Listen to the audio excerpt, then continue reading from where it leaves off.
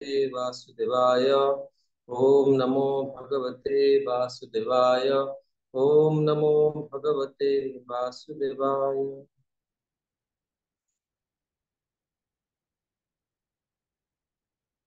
हरे कृष्ण। आपण मानक आज भक्ति वैभव सत्र को स्वागत करा जाउछि।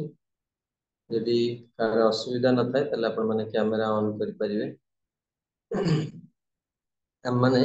श्रीमद् भागवतम द्वितीय स्कंद नवम अध्याय चतुश्लोकी भागवत चर्चा करछे। हम माने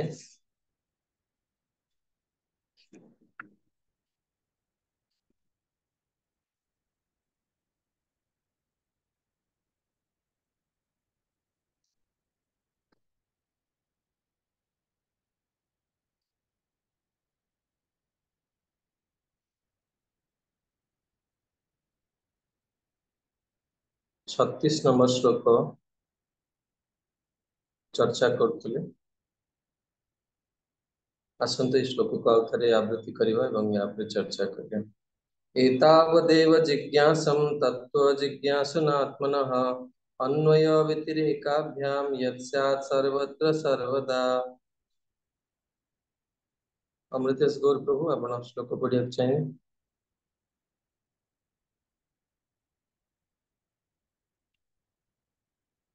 श्यामा सखी माता जी। हरे कृष्ण प्रभु धन्यवाद प्रणाम।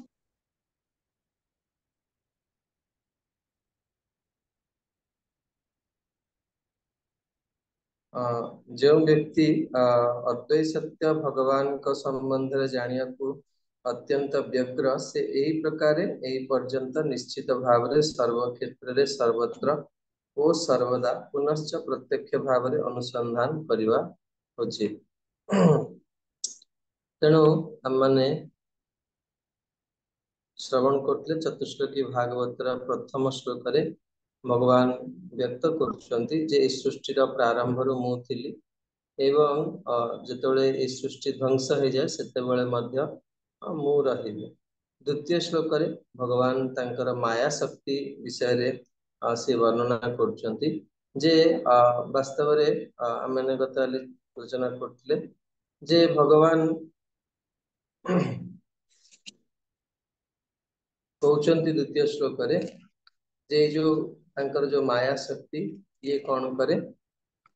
ना जीव मान को तार वास्तव रे ये जगत रे जहा किछि सृष्ट वस्तु रही जदि ता भगवान को सहित संबंधित नाही ताहाले ताहार किछि मूल्य नाही। तेणु ये होछि भगवान कर माया शक्ति होछि तांकर एक आभास बा प्रतिफलन जेमति याकू अंधकार सहित तुलना करा जाय। एवं तृतीय श्लोक रे वर्णना कले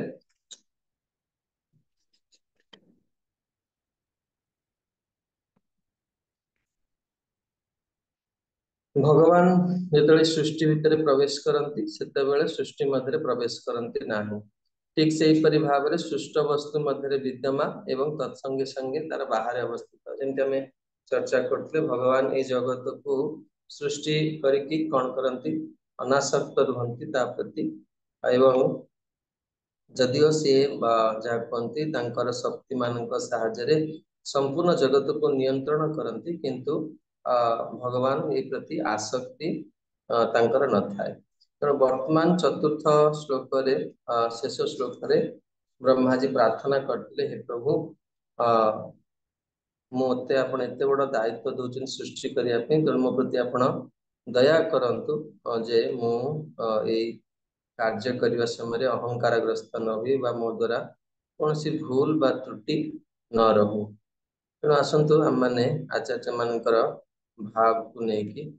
या चर्चा करिया।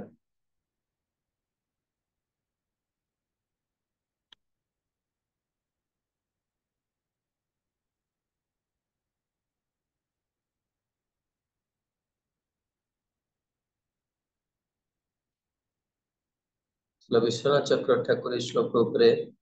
तांकर भाव लिखुचंती।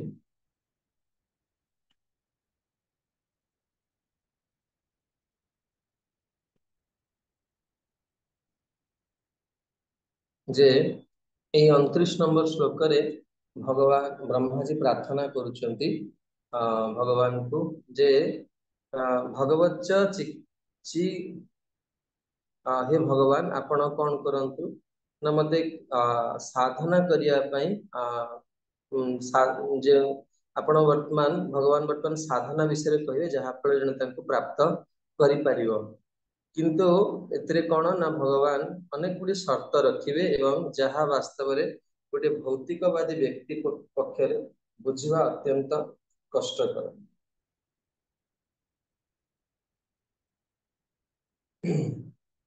तेणु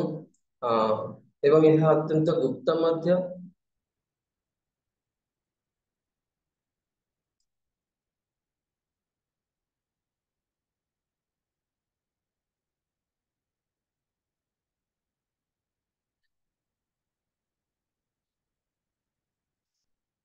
ठीक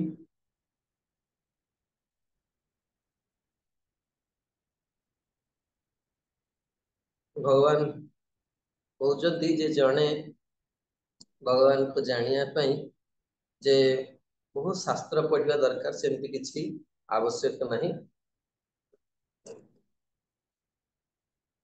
जड़े गुरु चरण रे बसी सबुठारु श्रेष्ठ साधना विषय जिज्ञासा करने दरकार यार अर्थ हूँ जे भगवान को बुझिया पाई तांकर कृपा ही यथेष्ट तेबे ए कृपाटा कौन आम वर्तमान ता बुझिया को आलोचना करवा जे जेते प्रकार साधना अच्छी ता भितरे कर्म ज्ञान योग भक्ति ये सब उपाय भगवान वर्णना करछंती एवं तार फलाफल जदि आमे जेतोले आचरण किसी त्रुटि करिवा फलाफल रे मध्य कौन रहबो त्रुटि रहिबो एवं एटा को प्रोसेस रे ना कर्म प्रोसेस रे ज्ञान प्रोसेस रे योग प्रोसेस रे एपरिकी जने स्वर्ग मध्य प्राप्त करि परिबनी मुक्ति मध्य प्राप्त करि परिबनी जदि किछि भी भूल रहे एवं जने जेतले ई साधना गुडी को करे से कौन करे ठीक ठीक भाव रे ताहले ताले ई स्थिति स्वर्ग बा मुक्ति को प्राप्त करि परिबो तेणु भगवान को बुझिबा बा भगवान को प्राप्त करिया पई एई सब पथ अर्थात कर्म ज्ञान एवं योग ये सब पथ नुहे तेणु जदि जने तार जाकंती जो ऑक्युपेशनल ड्यूटीज रही स्वाभाविक कर्म को जदि जने त्याग कर दिए एवं से कृष्ण चेतना स्थल कार्य करे एवं जे तार पतन हो जाए से पूर्ण न करि पाला कृष्ण चेतना को ताहार कौन क्षति हुए एथिरे कहउचंती एवं ए समान प्रश्न रे कहउचंती यदि जने कृष्ण चेतनशील सब किछि कर्म त्याग करी कृष्ण चेतनशील हैला एवं तार पूर्ण करि पारलानी तार कौन फलाफल हम एवं जदि जने भौतिक जगत रे भौतिक कर्म रे तार कर्म गुडी को ठीक ठीक भाव आचरण कला तार कौन फल हम तेणु से उत्तर रे श्रीमद् भागवतम रे ब्रह्मा जी कहउचंती हे प्रभु आपणकर आध्यात्मिक एक्सक्यूज प्रभु जी सॉरी हरे सॉरी को श्लोक चालते टिके कहबो दशम स्कंद 14 अध्याय 4 नंबर श्लोक श्रेयम स्थितिम भक्ति उदस्यते विभो क्लिश्यन्ति जे केवल बोध लब्धये तेषाम असौ क्लेश एव शिष्यते नान्यत यथा स्थूल तुषावघातम कहउचंती हे प्रभु आपणकर जो जो आपण जो ये जो आध्यात्मिक सेवार पंथा रही यह हूँ सर्वोत्तम आत्मानुभूति लाभ करने निमित्त एटा किए कहउचंती ब्रह्माजी भगवान का आगे कहउचंती जदि जने सबु पथ को त्याग करिके केवल से कौन करे एवं ज्ञान मार्ग रे जाए ताहा कौन ना ज्ञान मार्गटा अत्यंत कष्टदायक पथ एवं एथिरे जने तार प्रकृत जो लक्ष्य को प्राप्त करि परिबो नाही जहा फल रे जने कौन हबो ना चसु कुटिया दरकार जेमति धानर जो चोपा रही ताकू जदि कुटिले जदि कि चाउल आशा करिवो से जेमति तार परिश्रम निरर्थक हबो ठीक से भाव रे जने मानसिक कल्पना जल्पना बल रे आत्मानुभूति लाभ करि परिबनी एवं ये सब पथ अनेक कष्टदायक तापरे से दशम स्कंद 14 अध्याय परवर्ती श्लोक 5 नंबर श्लोक रे ब्रह्माजी भगवान को कहउचंती हे प्रभु अनेक जोगी माने पृथ्वी पृष्ठ रे अछंती जो माने आध्यात्मिक सेवा पथ को स्वीकार करती समस्त परिश्रम को आपण को प्राप्ति निमित्त करती अत्यंत विश्वास सहकारे से कार्य करती एवं जितेबाला से आध्यात्मिक सेवा करती से सेवा माध्यम रे से माने जहाँ पूर्ण शुद्ध स्थिति बा ठीक स्थिति को पलि आसती केमिति ना आपणक विषय कथा श्रवण एवं आपणकर नाम कीर्तन और जप माध्यम रे एवं सेमाने बुझी पारंती जे आपणकर अर्थात भगवान नारायण कृष्णकर केवे पतन नाही एवं सेमाने बा से होचन शाश्वत से होचन प्रभु सेतिपई सेमाने कौन करंती आपणकर शरणागत ही आपणकर धाम को प्राप्त हो जाती तापरे एकादश स्कंदर 20 अध्याय 3टी श्लोक को नौ 2टी श्लोक को 32 एवं 33 नंबर एवं से कहते जे जहा किछि जने प्राप्त हवा को थाए सकाम कर्म र आशा करू बा तपस्या कहो ज्ञान कहो वैराग्य कहो जा मिस्टिक जोग कहतु बा दान कहतु आध्यात्मिक जो सब जो कार्यावली रही ताहा भगवान भक्त माने भगवान को भल पाइबा द्वारा से पाखकू से प्राप्त हो जाती किंतु एठी कहउचंदी मोर भक्त माने जदि से माने इच्छा करती ताहले से स्वर्ग को भी जाई पारंती मुक्ति भी पाई पारंती एवं मोर धाम को भी पाई पारंती मुक्ति शब्द रे भक्त मानक पई भगवान को धाम को बुझा जाउची तेणु एई सब सुविधा कौन रही आध्यात्मिक मार्ग रे बा भगवान प्रेममयी सेवा रे एई सब सुविधा गुड़िक रही जने साधना रूपक धन को मनुष्य जीवन रे जानिबा दरकार एवं जानिला परे जदि न जानिबो ताले से केमिति भगवान को शरणापन्न हबो आ केमिति तार लक्ष्य बा से मुक्ति बा मुख्य बा भगवान को धाम प्राप्ति करि परिबो जदि से भगवान को शरणापन्न न हुई तेणु तापरे कहउचंती जे शुद्ध भक्ति द्वारा जड़े कौन करे ना जीवन रो चरम पुरुषार्थता को प्राप्त करि पारे एवं भक्ति बिना जड़े केबे भी यही सब फल को प्राप्ति करि परिबो नाही तेणु साधना भितरे भक्ति होचंती अत्यंत जा कहंती भक्ति मार्ग होची सबुठार श्रेष्ठ मार्ग जो जड़े निजर फल को वांछित फल को जड़े लाभ करि पारे भक्ति साधना रे जदि जड़े नियुक्त हब एवं अन्य व्यतिरेकाभ्याम अन्य कौनसी जहाँ कहते जिनस से तार मनोनिवेश करनी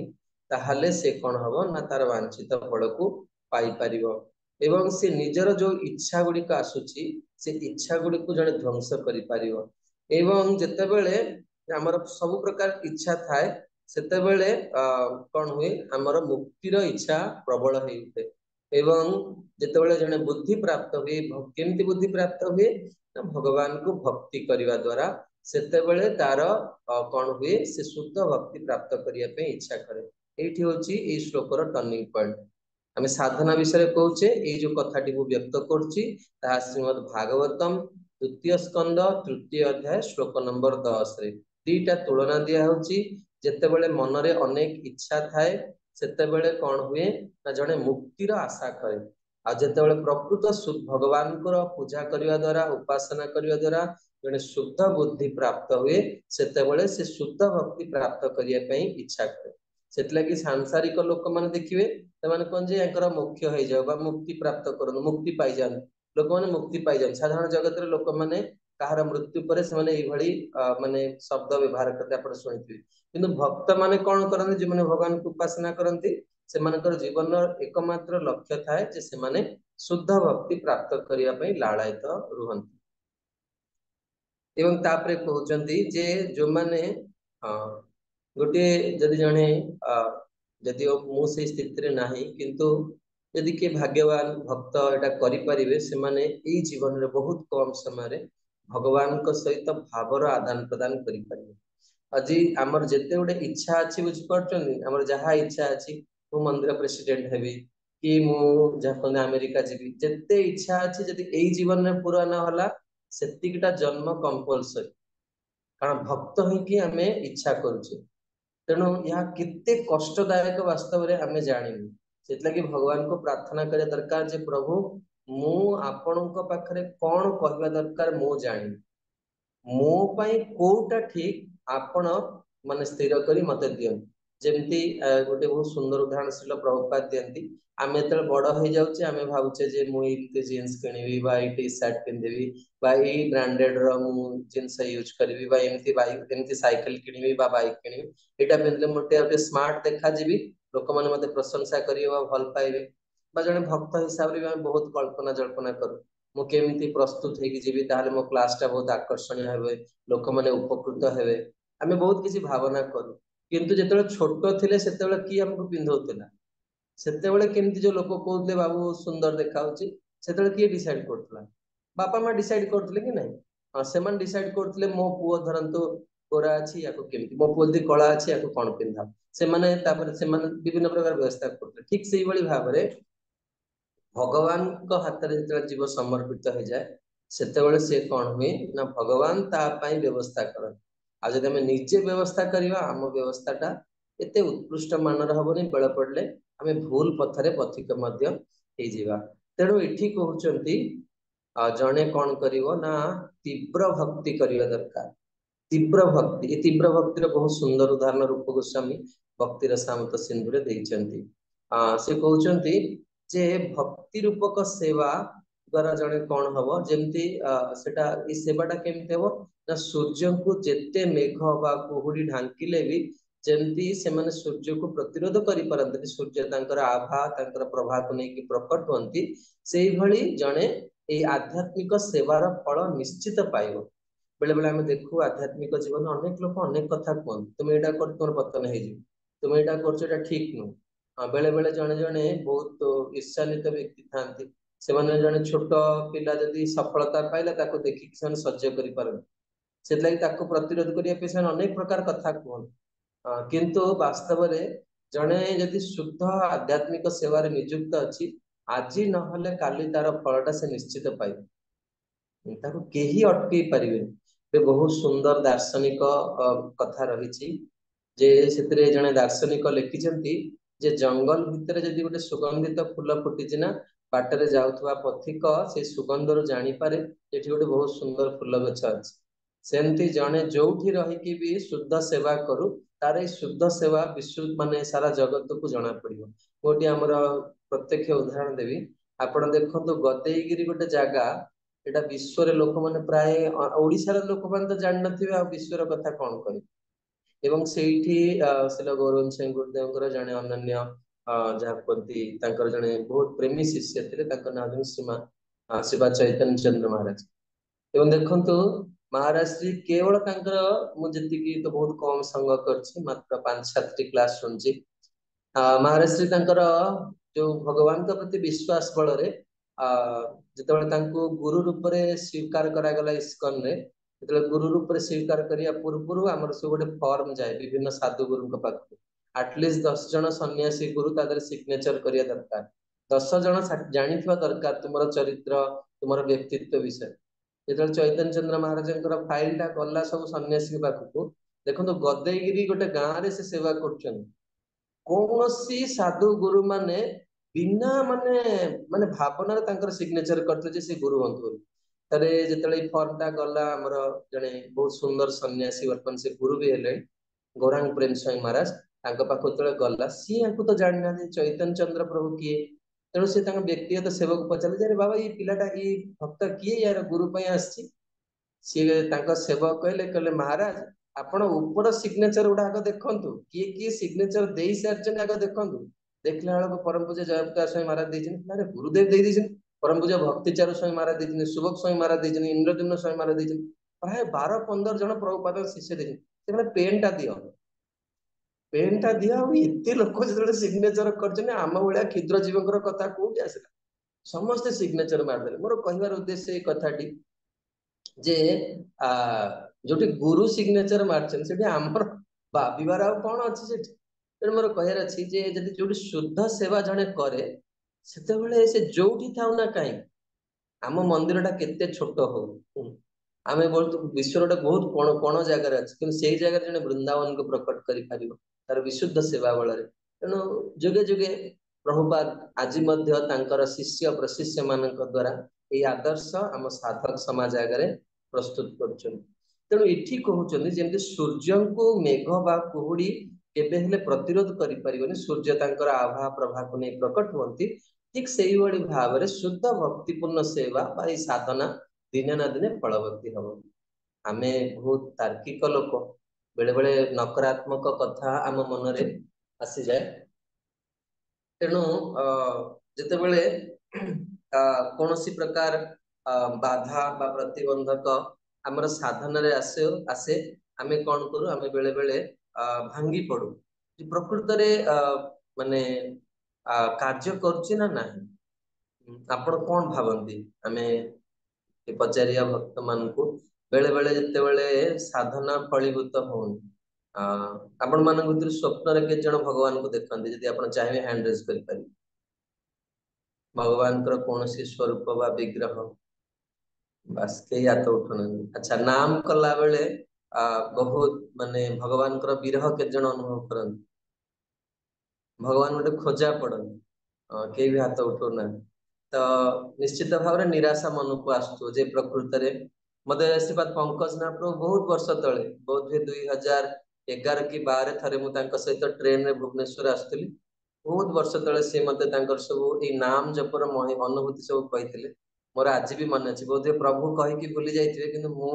से अनुभूति गुड़िक मन रखी से केमती परिवार लोक मान भक्त कले केमती प्रभु बहुत निष्ठार सहित जप करते सब देखी तेणु पचारि आपण मानक जे जो निराशा आसे आपण कौन करते कारण बहुत सुंदर समाधान देवे वर्तमान अमृतेश गौर प्रभु आपण मन को निराशा आसे बेले बेले जे वास्तव में मोर किसी डेवलपमेंट होनी प्रकृत में कार्य करुच्ची कि नहीं बा एमती भी हो पारे देखो नकारात्मक भावनार बहुत दिग रही एमती भी आसीपारे मन में बेले बेले प्रश्न जे प्रकृत में प्रोसेस टा ठीक मुझे जप कर ठीक ना जपटा आउ केमती करिया दरकार बा मुझे भगवान को पूजा कर ठीक ना बहुत गृहस्थ भक्त ने पचारती से प्राय अनेक जगार डीटीसी कोर्स हुए से प्रश्न करते प्रभु आम घरे जमी भोग लगो ठीक ना आम कौन करिया दरकार ओडिशा तो मु प्राय लोक घर को गले देखे घरे सब लक्ष्मी नारायण थे कारण आम ओडिशा घर जो झील बाहर जाती लक्ष्मी नारायण विग्रह दि जाए से गोटे प्रथम प्रश्न ये विग्रह को आम रखू ना आम कौन करूँ से तेणु ये अनेक प्रश्न अनेक नकारात्मक भावना मन को आसे जे आम तो आम कूलर जो माने वृत्ति को छाड़ी दौचु प्रकृत में आम आध्यात्मिक जीवन में सफलता पाइबू कि ना तेणु आपण जीवन जो निराशा आसे आसे कि ना प्रथम कहतु जदि आसे आपण कौन करते अमृतेश करतु निराशा तो आसे बहुत थर माने जमती गोटे रास्तार गला पर बहुत बाट गला पर देखा जे रोड एंड एमती लगे बेले बेले जे रोड एंड देखा रोड एंड माने किसी जना पड़े तापर पुणी मु प्राय गुरु महाराज का लेक्चर शुणे आउ प्रभुपाद कर बही पढ़े ये दुईटी जाक मो सेल्टर होता है आउ से लेक्चर शुणा मध्यम गुरु महाराज का गाइडेंस पाए एवं अन्य भक्त माने जो माने वास्तव रे हमर हिताकांक्षी तो सेई भक्त मानकर सेई समय गाइडेंस टा सबुठ बेसी कार्यकारी होता है बहुत प्रैक्टिकल उत्तर आपणकर कथार गोटे गोटे अनुभूति शुणी आप साधु हृदय शुणे परम पूज्य भक्तिचार स्वामी गुरु महाराज जने एभली व्यक्तित्व जहाँकर सारा जीवन से प्रभुपादंकर संस्था प्रभुपादंक जहाँ आमर आमर आध्यात्मिक शब्द रे कहया गले प्रभुपादगत प्राण से मु गोटे लेक्चर शुणुली इनिशिएशन लेक्चर महाराज श्री से कहते जे मु आपण को भगवान के पाखक नहीं कि जीवी कि नहीं मुझे कही पारिबिनी वर्तमान किंतु मु निश्चित भाव में आपण मान समस्त प्रभुपाद पाखक नहीं जीवी एवं प्राय अप्रकट हबार 10 वर्ष पूर्व व्यास पूजा से श्रील प्रभुपाद गोटे चिट्ठी लिखिले आ जो से व्यक्त करते प्रभुपाद मु प्रस्तुत हो जाए आपण मते आपण सेवा को नहीं जाऊँ ତେଣୁ ଥରେ ମହାରାଷ୍ଟ୍ରରେ ଯେତେବେଳେ ଅଭୟ ଚରଣ ସିରିଏଲ କରୁଥିଲେ, ଏପରିକି ଅନେକ ତାଙ୍କର ନିଜ ଶିଷ୍ୟ ମାନେ ମଧ୍ୟ ତାଙ୍କୁ ଠକିଥିଲେ ଏବଂ କିଛି ପଇସା ଚୋରି ବି କରିଥିଲେ। ମହାରାଷ୍ଟ୍ରଙ୍କ ପାଖରେ କିଛି ଅର୍ଥର ବି ଅଭାବ ଥିଲା ସେଇ ସମୟରେ। ତେଣୁ ବ୍ୟସ୍ତ ଅଛନ୍ତି ରେକର୍ଡିଂ ରେ ଗୋଟେ ଦିନ, ତେଣୁ କିଛି ଅର୍ଥର ଆବଶ୍ୟକତା ଅଛି, ଅର୍ଥ ଆସିପାରୁନି, ରେକର୍ଡିଂ ଯୋଉ ଷ୍ଟାଫ ମାନେ ପଇସା ମାଗୁଛନ୍ତି। ତେଣୁ ମହାରାଷ୍ଟ୍ରୀ ଥରେ ରୁମ ରୁ ବାହାରିକି ଆସିଲେ ଏବଂ ସେଇ ସମୟରେ ବମ୍ବେରେ ଏ କଥା ପରମ ପୂଜ୍ୟ ଗିରିରାଜ ସ୍ୱାଇଁ ମହାରାଜ ତାଙ୍କୁ ଦେଖିଲେ ଏବଂ ଗିରିରାଜ ମହାରାଜ କହିଲେ, ମହାରାଜ ଆପଣ ବହୁତ ଟେନ୍ସ ଦେଖା ହଉଛନ୍ତି, ବହୁତ ଚିନ୍ତିତ ଅଛନ୍ତି ଆପଣ। ମହାରାଜ କିଛି କହିବା ପୂର୍ବରୁ ପରମ ପୂଜ୍ୟ ଗିରିରାଜ ସ୍ୱାଇଁ ମହାରାଜ ତାଙ୍କୁ ପଚାରିଲେ, ଆପଣ ପ୍ରଭୁପାଦଙ୍କ ବହି କେତେ ଦିନ ହେଲା ପଢିନାହାନ୍ତି? କେତେ ଦିନ ହେଲାଣି ପ୍ରଭୁପାଦଙ୍କ ଗ୍ରନ୍ଥ ସ୍ୱାଧ୍ୟାୟ କରିନାହାନ୍ତି? ମହାରାଜ ଶ୍ରୀ କହିଲେ, ମହାରାଜ ମୁଁ 10 ଦିନ ହେଲାଣି ପ୍ରଭୁପାଦଙ୍କ ବହି ପଢିନି। ତେଣୁ ଗିରିରାଜ ସ୍ୱାଇଁ ମହାରାଜ କହିଲେ ଯେ ଆପଣ ପ୍ରଥମେ ଯାଆନ୍ତୁ, ସବୁ କାମ ବନ୍ଦ କରିକି ପ୍ରଭୁପାଦଙ୍କ ଗ୍ରନ୍ଥ ପଢନ୍ତୁ। ତେଣୁ ମହାରାଷ୍ଟ୍ରୀ ତାଙ୍କର ଯଦିଓ ଭକ୍ତିଚାରୁ ସ୍ୱାଇଁ ମହାରାଜ ବହୁତ ସିନିୟର, କିନ୍ତୁ ସିଏ ଯାଇକି ତତ୍କ୍ଷଣାତ୍ ପ୍ରଭୁପାଦଙ୍କର ଗ୍ରନ୍ଥ ପ୍ରାୟ 2.5 ଘଣ୍ଟା ଖଣ୍ଡେ ପଢିକି ଆସିଲା ପରେ ମହାରାଷ୍ଟ୍ରୀଙ୍କର ମୁଖାରବିନ୍ଦ ଅତ୍ୟନ୍ତ ଉଜ୍ଜଳ, ଯେମିତି ମହାରାଷ୍ଟ୍ରୀ ୟୁଜୁଆଲି ସବୁବେଳେ ତାଙ୍କର ହସ ହସ ଶ୍ରୀମୁଖରେ ସେ ବାହାରକୁ ଆସିଲେ ଏବଂ ସେ ପ୍ରଥମେ ଗିରିରାଜ ସ୍ୱାଇଁ ମହାରାଜଙ୍କ ପାଖକୁ ଗଲେ ଏବଂ ଗିରିରାଜ ସ୍ୱାଇଁ ମହାରାଜଙ୍କ ପାଖକୁ ସେ କୃତଜ୍ଞତା ଜ୍ଞାପନ କରିବାକୁ ଯାଉଛନ୍ତି। ଜଣେ 1,000,000 ଟଙ୍କା ସେଇ ସମୟରେ ବାଟରେ ଚେକ୍ ଆଣିକି ମହାରାଜଙ୍କୁ ଦବ। ତେଣୁ ମହାରାଷ୍ଟ୍ରୀ ଯାଇକି ପୁରା କାନ୍ଦି କାନ୍ଦି ଗିରିରାଜ ସ୍ୱାଇଁ ମହାରାଜଙ୍କ ଆଗରେ କହିବେ ଯେ ଆଜି ଆପଣ ମତେ ବହୁତ ବଡ ବିପଦରୁ ବଞ୍ଚେଇ ଦେଲେ। ଆଉ ବାସ୍ତବରେ ଜୀବନ ଯେକୌଣସି ପରିସ୍ଥିତିରେ ଆମେ କେବେ ଆମ ସାଧନାକୁ ଛାଡିବା କଥା ନୁହେଁ। ତେଣୁ ଦେଖନ୍ତୁ ସାଧୁ ମାନେ କିଭଳି ତାଙ୍କର ନିଜର ବ୍ୟକ୍ତିତ୍ୱକୁ ଯାହା କୁହନ୍ତି ଉପସ୍ଥାପନା କରିକି ସମ୍ପୂର୍ଣ୍ଣ ସାଧକ ସମାଜକୁ ଶିକ୍ଷା ଦଉଛନ୍ତି ଯେ ଆମେ ଜୀବନରେ କେବେ ବି ଯେତେ ବଡ ସମସ୍ୟା ଆସୁ ଆମେ ସାଧନାକୁ କେବେ ହେଲେ ତ୍ୟାଗ କରିବା କଥା ନୁହେଁ। ଏଥିରେ କୌଣସି ଆଚାର୍ଯ୍ୟଙ୍କର ମହିମା ବା ତାଙ୍କର ଭଗବତ୍ତା ଶକ୍ତିର ଇଏର କୌଣସି କ୍ଷୁର୍ଣ୍ଣ ହଉନି। ଯେମିତି ଭଗବାନ ବ୍ୟାସ ଅସନ୍ତୁଷ୍ଟ ହଉଛନ୍ତି, ତାଙ୍କ ମନରେ ପୂର୍ଣ୍ଣ ହଉନି। କିଏ ବ୍ୟାସଦେବଙ୍କୁ ଭାବୁଛି ଯେ ବ୍ୟାସଦେବ ଜଣେ ସାଧାରଣ ମଣିଷ ବୋଲି? ସମସ୍ତେ ଜାଣିଛନ୍ତି ବ୍ୟାସଦେବ ହଉଛନ୍ତି ଭଗବାନ, ଆଉ ଭଗବାନ ଆମମାନଙ୍କୁ ଶିକ୍ଷା ଦେବା ପାଇଁ ନାରଦ ମୁନିଙ୍କୁ ତାଙ୍କ ପାଖକୁ ପଠେଇଛନ୍ତି। ଆଉ ଯେତେବେଳେ ନାରଦ ମୁନି ବି ଯାଉଛନ୍ତି ସିଏ ବି ଭାବୁନାହାନ୍ତି ଯେ ବ୍ୟାସଦେବଙ୍କୁ ଶିକ୍ଷା ଦେବାକୁ ଯାଉଛନ୍ତି। ତେଣୁ ଗୁରୁ ଆଚାର୍ଯ୍ୟ ବର୍ଗ ମାନେ ତାଙ୍କ ଚରିତ୍ର ମାଧ୍ୟମରେ ଯୋଉ ଲୀଳା ଗୁଡିକ ଦେଖଉଛନ୍ତି, ମନେ ରଖିଥିବେ ମୁଁ ଲୀଳା ଶବ୍ଦ କହୁଛି, ଏ ବଡ ଗୁରୁତ୍ୱପୂର୍ଣ୍ଣ ଶବ୍ଦ। ଲୀଳା ଭଗବାନଙ୍କର କୁହାଯାଏ, ଲୀଳା ଶୁଦ୍ଧ ଭକ୍ତ ମାନଙ୍କର କୁହାଯାଏ। ଆଉ ଏଇ ଶ୍ରୀଲ ପ୍ରଭୁପାଦଙ୍କର ଶିଷ୍ୟ ମାନଙ୍କୁ ଯଦି କିଏ ପ୍ରାକୃତ ଭାବୁଥାଏ, ଅନେକ ଲୋକ ଅଛନ୍ତି ସମାଜରେ ଭାବନ୍ତି, ତାଙ୍କର ଭାବନା ତାଙ୍କ ପାଖରେ ରହୁ, ତାଙ୍କୁ ଆମର ପ୍ରଣାମ। କିନ୍ତୁ ଯିଏ ବାସ୍ତବରେ ପ୍ରକୃତରେ ଭଗବାନଙ୍କର ନିତ୍ୟାନନ୍ଦ ପ୍ରଭୁ ଯାହା ପ୍ରତି ଦୟା କରିଥିବେ, ସେ ଜାଣିପାରିବ ଏମାନେ ସାଧାରଣ ଲୋକ ନୁହେଁ। କାରଣ ପ୍ରଭୁପାଦଙ୍କର ନିଜ ଶ୍ରୀମୁଖ ବାଣୀ ଯେ ଆପଣ ମାନେ ଆଗରୁ ଭକ୍ତ ଥିଲେ, ମତେ ଶ୍ରେୟ ଦେବା ପାଇଁ, ମତେ କୀର୍ତ୍ତି ଦେବା ପାଇଁ ଆପଣଙ୍କର ଏଇ ଜଗତରେ ଆଗମନ ହେଇଛି। ପ୍ରଭୁପାଦ ଏଇଭଳି ତାଙ୍କ ଶିଷ୍ୟ ମାନଙ୍କ ପାଖରେ ଶବ୍ଦ ବ୍ୟବହାର କରିଛନ୍ତି। ତେଣୁ ଆମେ ମାନେ ସେଇ ପରମ୍ପରାର ବା ସେଇ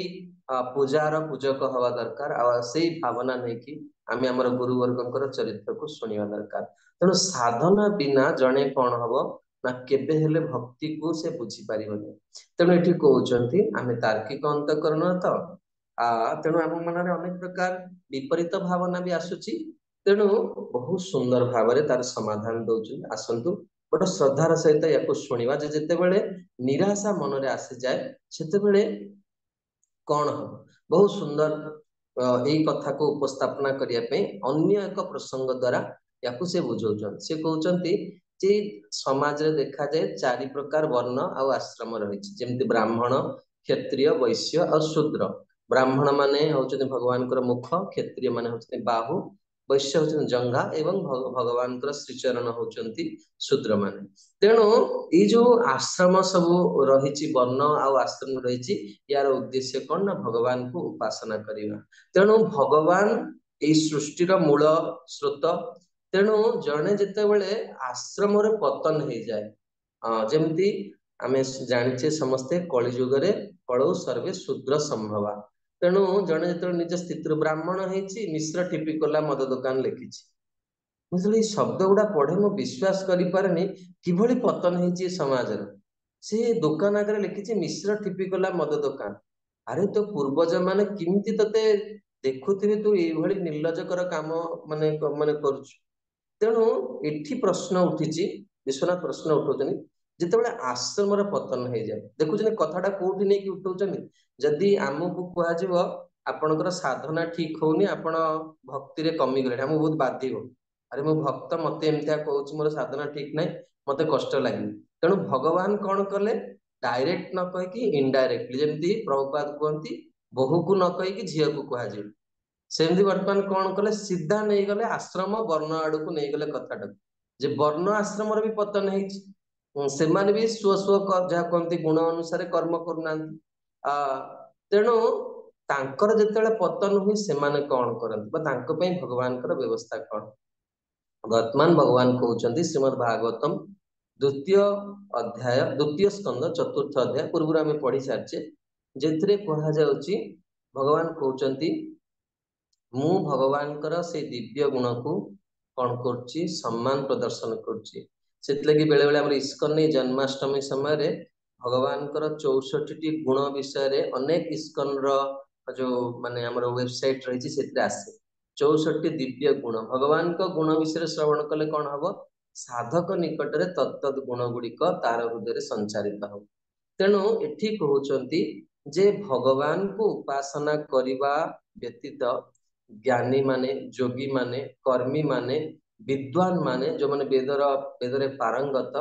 ସେମାନେ ତାଙ୍କ ମନର ସମସ୍ୟା ଦ୍ୱନ୍ଦ୍ୱ ଭାବକୁ କେବେ ହେଲେ କାଟି ପାରିବେ ନାହିଁ। ମୁଁ ବହୁତ ବଡ ଜଣେ କର୍ମକାଣ୍ଡୀ ଯାହାକୁ ବିପ୍ର ବ୍ରାହ୍ମଣ ଦେବତାଙ୍କ ସହିତ ପୁରୀର ତାଙ୍କ ସହିତ ଥରେ ଚର୍ଚ୍ଚା କରୁଥିଲି। ସାଧାରଣତଃ ଭାବରେ ଏଇ ଯୋଉ କର୍ମକାଣ୍ଡ ପଦ୍ଧତି ରହିଛି ଏହା ଅତ୍ୟନ୍ତ ଦୟାମୟ। ତେଣୁ ସେଥିପାଇଁ ସବୁବେଳେ ଲୋକମାନଙ୍କର କଣ ହୁଏ, ତାହା ପ୍ରତି ଗୋଟେ ଆକର୍ଷଣ ମନରେ ମାନବ ସମାଜରେ ରହିଛି ଏବଂ ରହିବ ମଧ୍ୟ। ତେଣୁ ମୁଁ ଥରେ ତାଙ୍କୁ ପଚାରିଲି, ତେବେ ସେ କର୍ମକାଣ୍ଡୀ ବ୍ରାହ୍ମଣ ଜଣକ କହିଲେ ଯେ ବାସ୍ତବରେ ଆମର ଏଇ ପଥ ଠାରୁ ଆପଣଙ୍କର ପଥଟା ବହୁତ ଶ୍ରେଷ୍ଠ। ତେଣୁ କାହିଁକି ନା ଅତି ସହଜରେ ଜଣେ କଣ କରିପାରିବ, ଜୀବନରେ ପୂର୍ଣ୍ଣତା ଲାଭ କରିପାରିବ। ଏଠି ବିଶ୍ୱନାଥ ସେଇ କଥାକୁ ବ୍ୟକ୍ତ କରୁଛନ୍ତି ଯେ ଆଧ୍ୟାତ୍ମିକ ପଥରେ ଆପଣ ବୁଝିପାରୁଛନ୍ତି ନା ପ୍ରସଙ୍ଗଟା କେମିତି ବିଶ୍ୱନାଥ ନଉଛନ୍ତି। ସାଧନା ଉପରେ ବର୍ତ୍ତମାନ ପ୍ରଶ୍ନ ଆସିଲା, ସାଧନା କଲେ ଜଣେ ଭଗବାନଙ୍କୁ ପାଇପାରିବ, ତାକୁ ପ୍ରମାଣ କରିଦେଲେ।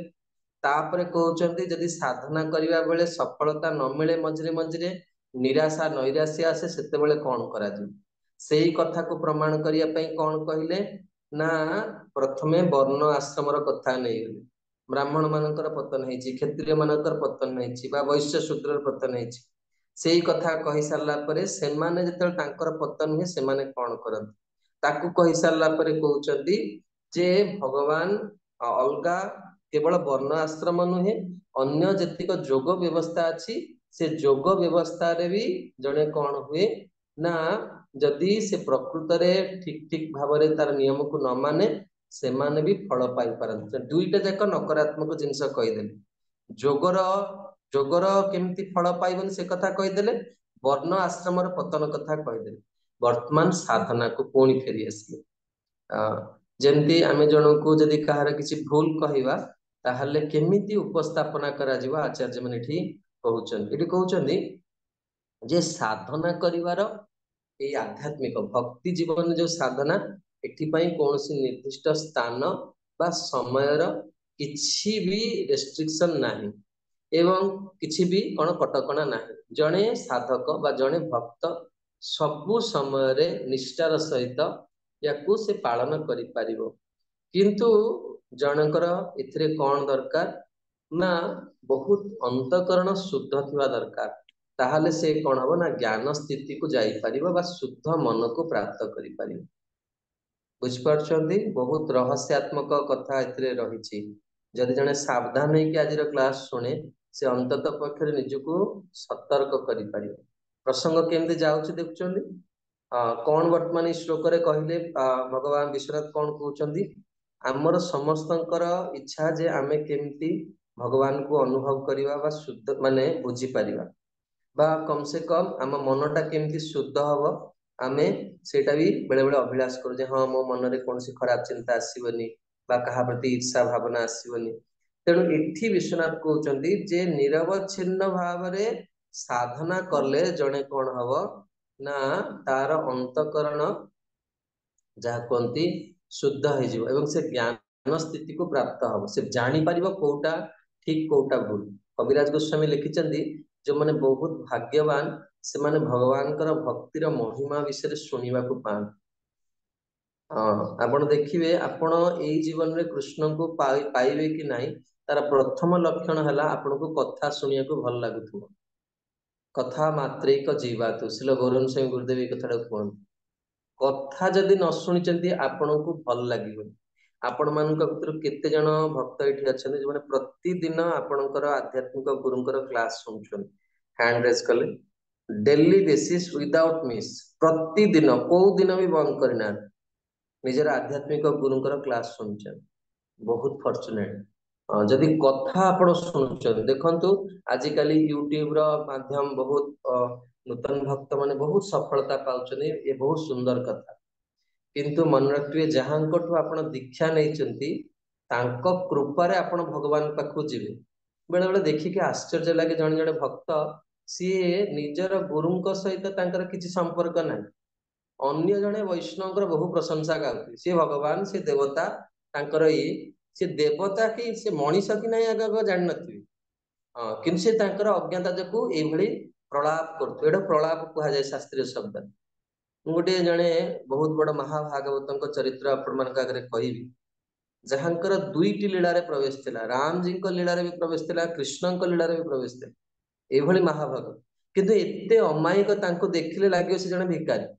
आ तांको शिष्य माने सब बड़ बड़ प्रभाव। तेणु दिनकर घटना तांको शिष्य माने गुरुंकर महिमा जानिकी से कौन कले तांको जन्म स्थान को गले एवं तांकर जन्म तारीखटा से खोजिकी पाइले एवं सनाढ़ जहाँ विप्रकुल तांकर जन्म बहुत पिला दिन तांकर कीर्ति किंतु सी गुरु जी से केबे भी तांको विषय किछि कहते दिनकर घटना तांको शिष्य माने कौन कले ना गुरुंकर जो जन्म तारीख से दिन तांकर व्यास पूजार आयोजन कले तेणु तांको डका हला व्यास पूजा आयोजन होइछि माने चेयर पड़छि बहुत फूलमाला बहुत जिनस थुआ होइछि तेणु से व्यक्ति जी जो शिष्य आयोजन करते हठात कौन गोटे काम पड़ा से बाहर को पड़े छोट पिला सब बसते तेणु गुरु आसी पचारे कि पिला आज कौन कि कहीं आम पूजा करने आमको डका आज तो गुरु पूर्णिमा नुहे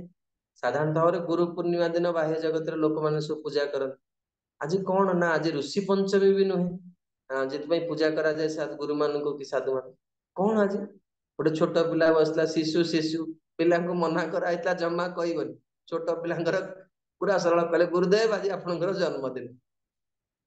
एतिकी से पिला कही से समय शिष्य मान सब पश्चिम जो बड़ बड़ शिष्य सी साधु गोटे बहुत सुंदर कथा कहले से कहले मु आज पर्यंत एते दिन मोर आध्यात्मिक जीवन रे मोर गोटे प्रश्न थिला एते भागवत कथा होउची एते हरिनाम संकीर्तन होउची एते प्रसाद डिस्ट्रीब्यूशन होउची एते ग्रंथर प्रचार प्रसार होउची एते भगवान कर पूजा होउची तथापि नारी मान को बलात्कार होउची तथापि गौ माता को कटा होउची तथापि कौन होउची ना सब प्रकार अधर्म कार्य होउची काहे से कहले आज तार उत्तर मु पाइगली तेणु जो व्यास पूजाटा बंद होगी समस्ते कौन हेले एते बड़ गंभीर प्रश्न उठेदेले समस्ते आटेंटिव होगी शुणा बसीगले जे आज मु तार उत्तर पाइगली एते सब महान कार्य सत्वे भी कहीं सब खराब जिनस हो नारी माने बलात्कार होउछंती बा समाज रे गोमाता कटा होउछंती बा अधर्म लोक माने विभिन्न प्रकार माने इतर कार्य कर से गोटे बहुत सुंदर महाभारत श्लोक कह से वर्णना करा जायछि जी प्रशंसार योग्य नुहे ताकू जो जड़े प्रशंसा करा जाए जी पूजार योग्य नुहे ताकू जो पूजा करा जाए सेते बळे कौन हुए से सब स्थान रे दुर्भिक्ष मोर श्लोक भी अच्छी पर के श्लोकटा भी सेंड करी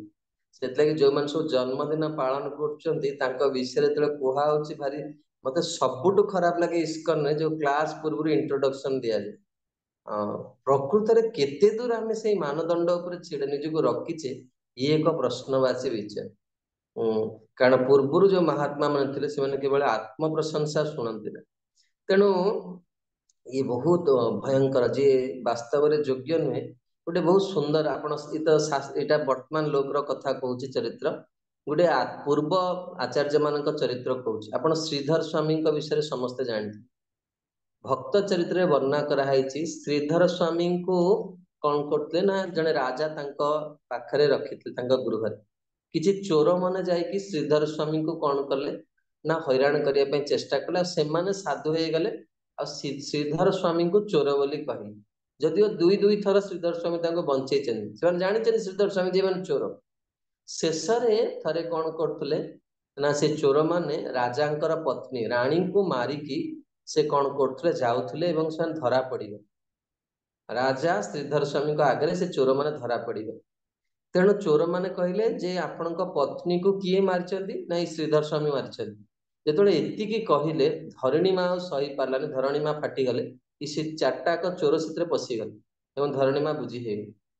तेणु वास्तव में जी पूजार योग्य नुहे जी सम्मान पाइबार योग्य नुहे आपन कह जड़े महाभागवत मन केते समय कृष्ण के पाखरे रोचे कहले महाभागवत आमको कहुचे तुम शुणिकी लोक कहते हे गुरुदेव आपण मत दया कर कमेंट सब लिखी अरे मोर तो मन मो गुरु पाखरे केते दूर लगुच बड़ा प्रश्नवाची विषय आ तुम्हें गुरु बोली कह तुम शुणिकी किसी कहून तेणु बुझीपार जो कोर्स कर उद्देश्य यहाँ परम पूज्य राधानाथ स्वामी महाराज वाक्य को मुझे प्रस्तुत कर मोर वाक्य नुहे मुझे कहबार अधिकारी नुहे कारण ए कोर्स रो गोटे बाह्य लक्षण है मनरे गोटे भाव आसी जाए जे मु बहुत जानी गोटे योग्य लोक कारण मुझे कोर्स करते सौभाग्य पाई भागवत पढ़िया अन्य माने पढ़ी ना तेणु भागवत आम अंतकरण को आंदोलित करिया दरकार जे प्रकृत रे भक्त मानदंड उपर मु केते दूर छिड़ा है तेणु एठी कहा जाउची जे जने साधना बिना साधना करिया द्वारा कौन हम तार मन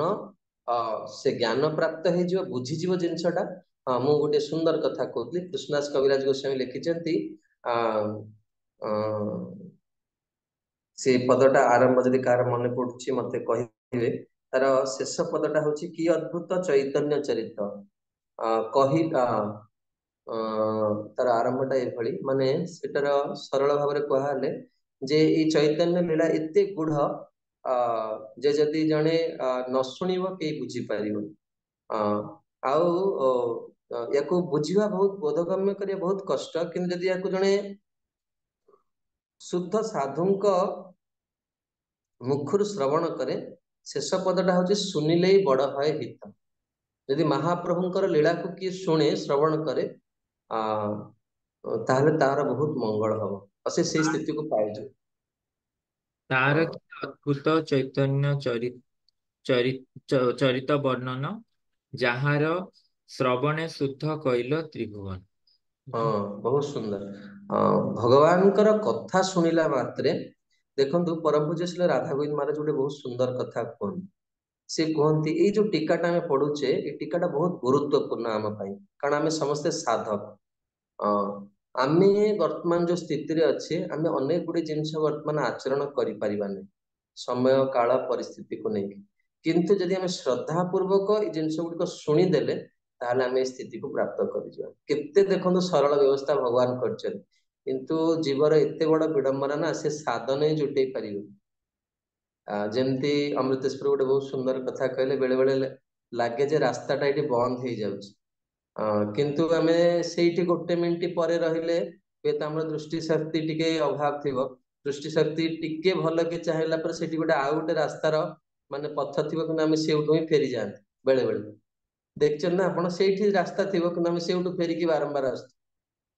तेणु आध्यात्मिक जीवनटा ठीक से ही आमको प्रतिदिन कौन रहा पड़ो अलर्ट रहा पड़ो उत्साह सहित अपेक्षा करा पड़ो किंतु प्रश्न हूँ बेले बेले आम धैर्य भांगी जाए जिते अधिका समस्या आसे बा विपद आसे आम धैर्य भांगी जाए आम निरुत्साहित हो जाए से कौन करा वर्तमान टीकार से कथा को कहते से कहते जे जने जिते बड़े साधन करियो से केमिति साधन करिया दरकार ना प्रथमे कहउछन गोटे सुंदर आसन तार रहिया दरकार आउ जोठी से भजन करथो सेटा बहुत पवित्र जगह हेतिया दरकार पवित्र स्थान रे जने जो गृहस्थ व्यक्ति माने से भक्ति विनोद ठाकुर लिखिଛନ୍ତି तांकर जप करिवार गोटे रूम करिया दरकार जतले आपण माने घर करचंदी जेमती बाहर विद्वान मोर मन अछि मोर पूर्व आश्रम रे मोर बड़ बापा जी हमें ब्राह्मण परिवार ददेईडा से बहुत बड़ विद्वान थे प्राय 8000 बही गोटे लाइब्रेरी थिला आसोटे बहुत सुंदर रूम करते जो से पढ़ती आ से घर को तांकर स्त्री तांका पिला छुआ केही बसंती मृत्यु पर्यंत से एमती कठोर नियम रखते कई से घर भीतर पशिवे जहाँ फल से अत्यंत अटेंटिव होगी जहाँ स्वाध्याय करें तो प्रत्येक भक्त भी तांकर जो घर करचंदी सेतेबेले एमती गृह रे गोटे स्थान रखा दरकार जो परिवार सहित आप बसिकी निर्विघ्न रे जब भगवान को जप करि परिबे बा पूजा करि परिबे तेणु आसन जेते पर्यंत जने जय न करछि सेते पर्यंत जने भगवान को बुझिबा ता पक्षरे संभव नुह एडी कहउचंती जेमती आमे को देखुचे जे जने जते कर्म करछि सेते बेले भी से कोन करछि कर्म माध्यम रे भी से किछि वैराग्यर आचरण करछि जेमती आमे देखिबा जने आईएएस पई प्रिपेयर होछि से देखिबे तार खाइबा पीबा भूली जाइथिबो सेतिक दिन तार लुगा पटा सुख सब भोगी भूली जाउछि बा जने जेते बेले से अर्थर जोगार करिया पई चिंता कर से ओवरनाइट ड्यूटी करूछि सेते बेले ताको भोक शोष किछि जणा पड़नी काहे कि ना मते एतिक टंका रोजगार करियर अछि जहा फल रे मु मोर सुख को मोर उपभोगर वस्तु को एकाठी करि पारि सेमती योग अभ्यास समय रे जणे जदि गंभीर हुए ताले से सिद्धि लाभ करि पारियो एठी कहउचंती दुईटा जिनस बड़ बाधक हुए प्रतिबंधक हुए तेणु से प्रथमे कहले जे निजर आसन को अभ्यास करिया दरकार एवं पवित्र स्थान रहिबा दरकार एवं तापरे कहउचंती अभ्यासटा कंटिन्यू हवा दरकार रेगुलर जदि आमे बजेबा ताहले आमे दिने आ दिने सिद्धि हासिल करिबा तेणु जणे जितबेले ज्ञान प्राप्त हुए श्रवण माध्यम रे ताहले से मुक्तिर पथर पथिक हो जाए आम पई मुक्ति शब्दर अर्थ भगवान को धाम प्राप्ति तेणु एथिपाई विभिन्न प्रकार उपाय रही जहाँकि जो अन्य उपाय गुड़िक रही सब समय अभ्यास करा जाई पारिबने किंतु भक्तिपूर्ण सेवा को सबु समय सबु जगार जड़े अभ्यास करि परिबो तेणु एठी तीनटा जिनस कुहागला करिवा पई के कहि परिबा आउथरे रिपीट करिवे कौन कले जीवन रे जड़े नैराश्य मुक्त हो पार तीनटा जिनस कहले प्रथमे आसन उपरे जय करिया दरकार जहाँ भगवत गीता भगवान कहते जितासन जित श्वास जित संग विवर्जित तेणु प्रथम एठी विश्वनाथ कहते जड़े आसन जय करिया दरकार एवं साधनार स्थानटी बड़ पवित्र थिबा दरकार एवं प्रतिदिन रेगुलर जदि जड़े अभ्यास करे ताहले से निश्चित भाव में सिद्धि स्थिति को आसी पारिबो सेतलागी परम पूज्य श्री जयप्रकाश स्वामी महाराज कहती तुमे ए आश्रम माटी कामुड़ी पड़ी जाओ से कहती पुत्र जदि बंची रहे केवल ताले पितार संपत्तिर अधिकारी हुए सेथिपई आमर पिता माने आम पई बहुत किछि तपस्या कर देकी जाइछन सेवन जानिछन्ति आमे बहुत दुर्बल पिला आमे सब जिनस करि परिबे प्रभुपाद आमर गुरु आचार्य वर्ग तांको जीवन में बहुत तपस्या करछि गोटे अनुभूतिर कथा कहूची आज भी यूट्यूब रे से वीडियोटा अच्छी आपण देखि परिबे वर्तमान भी जेतोले परम पूज्य जयप्रकाश स्वामी महाराज प्रथम थर तांकर शारीरिक असुस्थता परे मायापुर मंदिर को फेरिले जेतरे केही आशा करनतले से पुनर्वार फेरिबे बोली सेतेबेले से गोटे क्लास देइथिले राधा माधव अल्टर उपरे बसी एवं तांको कथा को केही बुझी पारुनतले जने डॉक्टर आस्तिले से कहउतले एवं तांको कथाटा को ट्रांसक्राइब करा से वीडियोटा अच्छी अति रोमांचित वीडियो केतले आपण देखिबे सेतरे से कहउचंदी जे मोर जीवन रे मु केबे मोर कोनोसी शिष्य मानकु कोनोसी आदेश दिए ना बहुत मर्मस्पर्शी कथा काहेकि ना से कहिले मु जानिछि जे गोटे शिष्य हवा केते कष्ट आ गुरुंकर आदेश मानिबा केते कष्ट से कहले मोर जीवन में मजे हारी गली पूरा शिष्य समाज आगे बसचंती गुरु भाई माने बसचंती से कहले मो जीवन में मजे हारी गली काहेकि हारी गली बोली तम जदि तांकर नाटा प्रभुपाद देछन जय पताका सब बेले जय हो तांक काहेकि हारी गली ना मो प्रभुपादंकर आहुरी अनेक आदेश अछि जहा को मु पालन करि पारे गुरुंकर आदेश को मानिबा एते छोटिया जिनिस नुहे। गुरुंको आदेश मानिया माने भगवान को प्राप्त हब। तेणु एबे भी मोर मन होउची एतिकी कहि कि से चेयर पर छिड़ा हे। मोर मन होउची जे मु पूर्ण प्राणर सहित प्रभुपादଙ୍କ ପାଇଁ ଆଉ କିଛି सेवा କରିଛି। किंतु मु वर्तमान कौन ना आपण मानकर साहाय्य आशा करुछि। शिष्य है कि सेवा करवा बहुत कष्ट। शिष्य हवा बड़ कष्ट। से बहुत बहुत माने कातर स्वर रे कथा गुडी को कहिछन। तेणु मोर कहवा कथा होची जे आमे बेले बेले कौन हो ना हमर नैराश्य आसी जाए। तो प्रभुपाद शिष्य माने तांको जीवन द्वारा देखैचंती जे केमती वास्तव रे जीवन रो शेष निश्वास पर्यंत सेवा करिया दरकार। इत्ते कष्ट, इत्ते रोग, इत्ते बड़ भयंकर स्थिति आसीबी से के पछ घुंचा देना। तेणु वास्तव रे साधु माने तांकर ए जो चरित्र आम आगे रखुचंती। आमर दिने मुंड बिंधिले आमे जप ब्याग रो हाथ छाड़ी दउची। मोर कथा मु कहूची मु काहा आमे जप से दिन हमर रही जाउची बा हमर सेवा बंद करछे बा हमर नियम बंद कर दउची। किंतु देखो साधुगुरु आचार्य माने केमती तांकर सेवा को बजै निष्ठा को बजै कि रखछन। तेणु आमे रेगुलारिटी होची हमर जीवन सफलतार रहस्य। अत्यंत विश्वास सहित प्रतिदिन भक्ति विनोद ठाकुर तांकर भजन में लिखिले ना, भक्ति विनोद कृष्ण भजने अनुकूल पाय जहा प्रति दिवसे परम आदरे स्वीकार करए ता। भक्ति विनोद ठाकुर जहा जहा भक्ति जीवन पे अनुकूल ताकू सब लिखिदेले एवं शेष रे कहते प्रतिदिन आदर सहित ताकू तुम्हें कौन कर से जो साधन गुड़िक अंगीकार कर। वर्तमान आहुरी सुंदर कथा विश्वनाथ ठाकुर लिखुचंती जे किए कहबो जदि मोर प्रारब्ध कर्म आसिक उपस्थित हुए। बहुत आमे तार्किक अंतकरण लोक ना अनेक गुडी समस्या वर्तमान चर्चा करियो जहावर वास्तव रे होची आमे केबे काहा को कहि पारुनी। कोनसी क्लास रे पचारि पाने लज्जा अछि मन रे जे लोक भाबिए जे यार ए समस्याटा होची। हम प्रारब्धटा अनुभव करथिए समस्ते। को माने मो सहित एकमत आपण हैंड रेज करियो। आपणकर भजन करिया को इच्छा अछि किंतु आपण देखिए जप ब्याग धरला माने निर्दिष्ट आपण चाहुथिए 16 माळ रो अधिका जप करिवे। जप सरला माने मन आपण का गोटे जगह जमा बसई दउ। से कहि ऑफिस अछि चाल, से लोक सहित देखा करिया अछि चाल, नले तो देह दुर्बल हे जो सोई पडियो चाल, नाना प्रकार कथा कहि कि तुमको उठे दउ। आउटा दिने नुहे प्रतिदिन एई भली भाबरे हबो। वर्ष परे वर्ष बीती जीव तुमे जानि ही पारनथु जे तुम प्रारब्ध कर्म तुमको एया करूछ। तुमरो स्वभावटा एते बलिया मुझे सब कहे समस्ते थियोरी जानते सी थियोरी किए न जानची इस्कन भक्ति वैभव जी करुच्ची भक्ति वैभव करू कि न करू भागवत समस्ते शुणी जो आचरण स्थिति को आसूची सेतेबेले कौन होची अंटा पिठी भांगी जाउची। निष्ठापर भाव में प्रतिदिन करवा होनी। तेणु वर्तमान पुणी विश्वनाथ प्रश्न उठेली मु भगवान अचिंत्य शक्ति को प्रणाम करुच्ची। देखुच ना टीकाटा केमती आरंभ होची। देखंतु समस्याटा केते बड़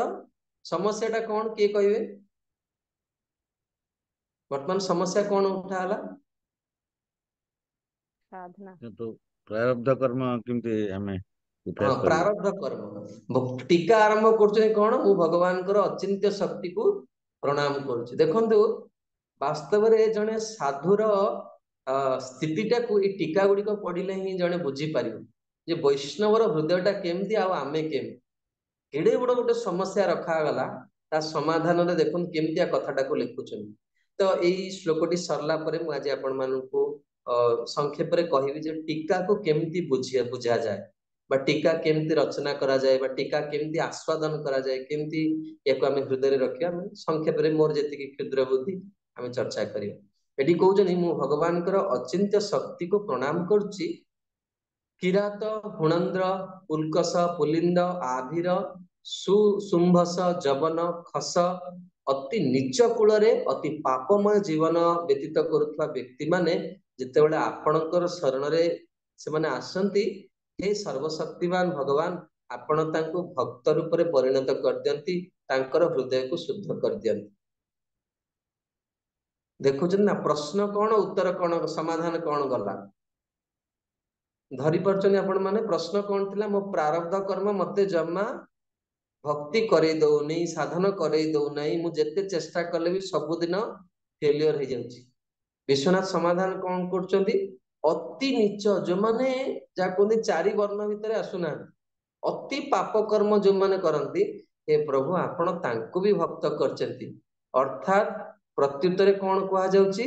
मु भी दिने शुद्ध भक्त हे जेबी एथिरे कोनसी संदेह ना देखो समस्या केड़े बड़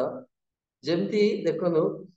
आपण देखिए वास्तव में वैदिक शास्त्र प्रकृत रे जे साधुंक चरण रे बसिकी श्रवण करची सेलै प्रभुपाद कहउछन हमें बहुत शास्त्र पढ़िबा किछि आवश्यक नै कि विद्वान हवा आवश्यक नै हमें गुरुंक चरण रे बसि तांको सुनिया दरकार भगवत गीता रे अर्जुन केड़े बड़ समस्या उठेले भगवान का आगे चंचल ही चंचल ही मन कृष्ण प्रमाथि बलवत् दृढ़ कहले भगवान ये मन बड़ चंचल मु भावे द्वापर जुग रे भगवान को सामना रे जदि अर्जुन ये कथा उठेले कली जुगर जीवर कौन स्थिति कहले आमे जन को कहूचे ताकर व्यास पूजा रे ता जन्मदिन रे से भगवान अरे भगवान कथा हे जो मनीष कथा जदि मनीष ठीक से हे गला ताले बहुत बड़ कथा मन बड़ चंचल मु वायु को नियंत्रण करि परिबि किंतु मन को नुहि केडे बड़ समस्या एटलीस्ट भगवान तार उत्तर रे गोटे अध्याय कहिया कथा किंतु उत्तर रे भगवान गोटे श्लोकर अधा चरण को भी कहले समाधान कौन देले किए कहि परिबे भगवत गीता रे चंचल ही मन कृष्ण प्रमादि बलवत् दृढ़ समाधान कौन देले भगवान अभ्यास अभ्यासन तो कौनते वैराग्य न तो गृहते तो देखो अभ्यास करे गोटे श्लोकर अधा चरण रे उत्तर हे द्वितीय चरण रे भी उत्तर नाही अभ्यास न तो कौनते वैराग्य अभ्यास और वैराग्य द्वारा मन स्थिर हे तो समस्या हमर बहुत बड़ समाधान बहुत छोट से लगी तृतीय अध्याय रे गोटे जा कहती हमर भगवत गीता रे जानछन ना बहुत सुंदर भगवत गीता सब आकर्षणीय गीता को हम बुझिया दरकार समस्या अपना बहुत माने बहुत तार तार माने सूत्र होची मन रखिया तृतीय अध्याय को जे जीवन अपना बिगड़ा है जीवन अपना बिगड़ा है सुरक्षा देने वाला बड़ा तगड़ा आम जीवन में बहुत खराब काम कर किंतु जहा को आश्रय करছে से भारी मजबूत लोग से जेकोसी पर हमको नहीं जी यही सब कथा गुड़िक जब आप मन रखिए आप भक्ति रे बहुत विश्वास आसीज जमती थे शिल प्रभुपाद शिष्य मैंने कहले प्रभुपाद आम गोमांस भक्षण करछु आम भगवान को पाई पारिबु वैकुंठ जाई परिबु प्रभुपाद कहले ठीक अच्छे तुम्हें भावुच तुम्हें आगे पटे पशि पारिबनि तो तुम्हें केवल मो धोती को धर पछपटे पुरई दे वैकुंठर पछ द्वार रे पुरेबी कि निश्चित वैकुंठ नहीं जी तुम मान तेणु आम मैंने यही सब चरित्र गुड़िक आचार्य मानकर सब मन रखा दरकार जहा फल आम जीवन के निरुत्साहित हवानी तेणु एठी विश्वनाथ लिखुचनी भक्ति जीवनर प्रति परिस्थिति रे जड़े आचरण करि परिबो प्रहलाद महाराज मार गर्भरे मातृ गर्भरे आचरण करथिले ध्रुव महाराज शिशु अवस्था जाचन करथिले अंबरीश महाराज युवक अवस्था जाचन करथिले तेणु एठी कहा जाउची जेकोसी अवस्था रे नरकरे मध्य आचार्य लिखुचंदी जे जने भक्ति अभ्यास करे आ कोन गोटे बहुत सुंदर कथा मोर ये प्रसंग मन पड़ी थे शिल गौरगोविंद स्वामी गुरुदेव भुवनेश्वर मंदिर उपस्थित था एवं जड़े शिष्य थे कलकंठ प्रभु तांकर गीता क्लास थाए एवं से गीता क्लास दौथा गुरुदेव से चेयर पकई बसी शुणुता तेणु भुवनेश्वर इस्कन जी आम यूथ फोरम डायरेक्टर कृष्णगति प्रभु से बसते से नुआ नुआ मंदिर आसते से गोटे चैलेंज कले प्रश्न पचारि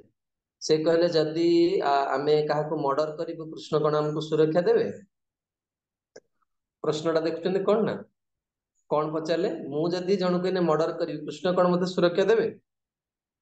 तेणु कलकंठ प्रभु जतले माने उत्तर देई पालेनी किछि गु गु एमती माने स्पष्ट उत्तर बाहरलानी गौरवन सिंह गुरुदेव से टांग पाखरे बसी सुनुथले से संगे संगे माइक्रोफोन टा कोन कले तांको आडू बुले दे बोले दे कहले हाँ तुमको निश्चित सुरक्षा देवे तुम्हें जेल को जीव जेल ले जाई भगवान का नाम करिवो संगे संगे माने शुद्ध साधुंकर रिप्लाईटा केम देखन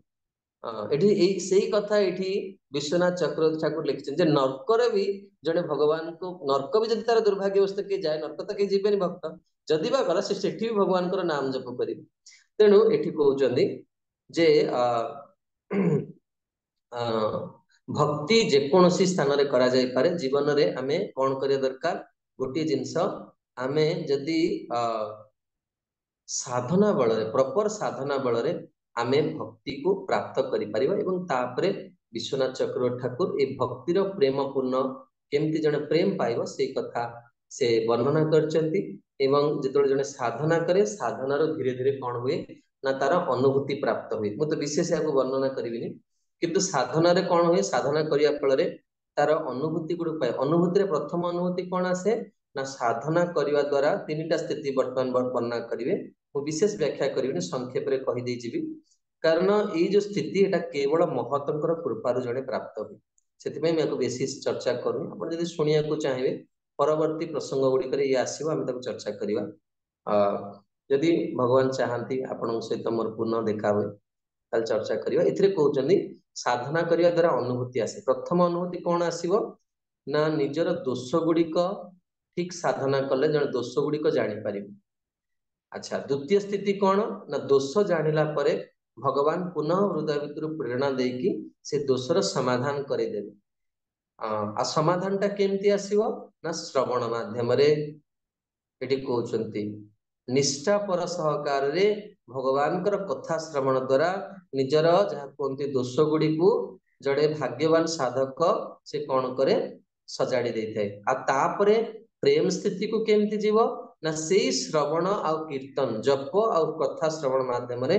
भगवान कर रूपर माधुरीमा तार अनुभूति रे आसे रूप ता आगे प्रकट हो जाए एवं ए रूप ठू धीरे धीरे धीरे धीरे यही साधन भक्तिर फल से प्रेम भक्ति स्थिति को प्राप्त हुए एवं प्रेम भक्ति स्थिति रे से भगवान को सबु बेले अनुभव करे तार भगवान को सहित एक दिव्य रसपूर्ण स्थिति प्राप्त हो जाए आ ये रस को केमती प्राप्त हुए विश्वनाथ लिखुछन श्रीमद् भागवतम माध्यम रे ए रस अछि मुहुरह रसिका भूई भावुका रस शब्दटा कौन आमे आगुरी थरे भी प्रश्नटा पचारथिले के जण भक्त बहुत सुंदर उत्तर देथिले आमे कहते ना मेलो रस ए शब्द गुडा बहुत सुनचे कि कहि परिवे से रस शब्द रे मु उत्तर भी देथिली कहार मन अछि एठी से रस शब्द वर्तमान आसला पंकज नापुर हरे कृष्ण प्रभु हाँ रस माने हम भगवान का सहित जो भाव आदान प्रदान करछंती विभिन्न ये रे हमें 5 प्रकार रस रे हमें जो भाव आदान प्रदान भगवान का सहित करू सेवा माध्यम रे हाँ बुझली प्रभु किंतु जेमती आमे आमे तो गोटे टेस्ट माने साधक हिसाब रे रहूचे जेमती आमे कहूचे जे जेमती माने तार माने किछि टैंजिबल माने केमती रसटा केमती बुझेवा गोटे नूतन नूतन भक्त हाँ संतुष्ट माधव प्रभु एड्रेस प्रभु रस अर्थ सुख भगवान हाँ को सेवा सुख करे ताको आउडी परिष्कार करी कहंतु तो टेस्ट माने टेस्ट हाँ टेस्ट बुझी पारली जेमती आमे प्रसाद पाइला बेले सुख अनुभव करछे जेतले जदी हमर माने वर्तमान स्थिति रे हमर प्रिय वस्तु बा जे कोनोसी यदि भगवान कर प्रसाद कोनोसी मंदिर रे प्राप्त हले हम बहुत आनंद अनुभव करछे तेबे भगवान कर ए प्रेम भक्ति स्थिति रे जेतले रस पूर्ण संबंध आसुची जोटा को विश्वनाथ आहुरी भी उत्तर आपण दबा को सरल कर देले जे रसटा कोठी अछि ना श्रीमद् भागवतम रे अछि तो एई जो रसटा कोन सुख पूरा एक्यूरेट उत्तर किंतु से सुखटा कोन माने से सुखटा को गोटे केमती व्यक्त करिवा तार आपण इंटरेस्ट समझ थियो सेतिरे आज्ञा इंटरेस्ट आथु सेति पई तार हाँ बहुत सेवा पई 80% ठीक है गला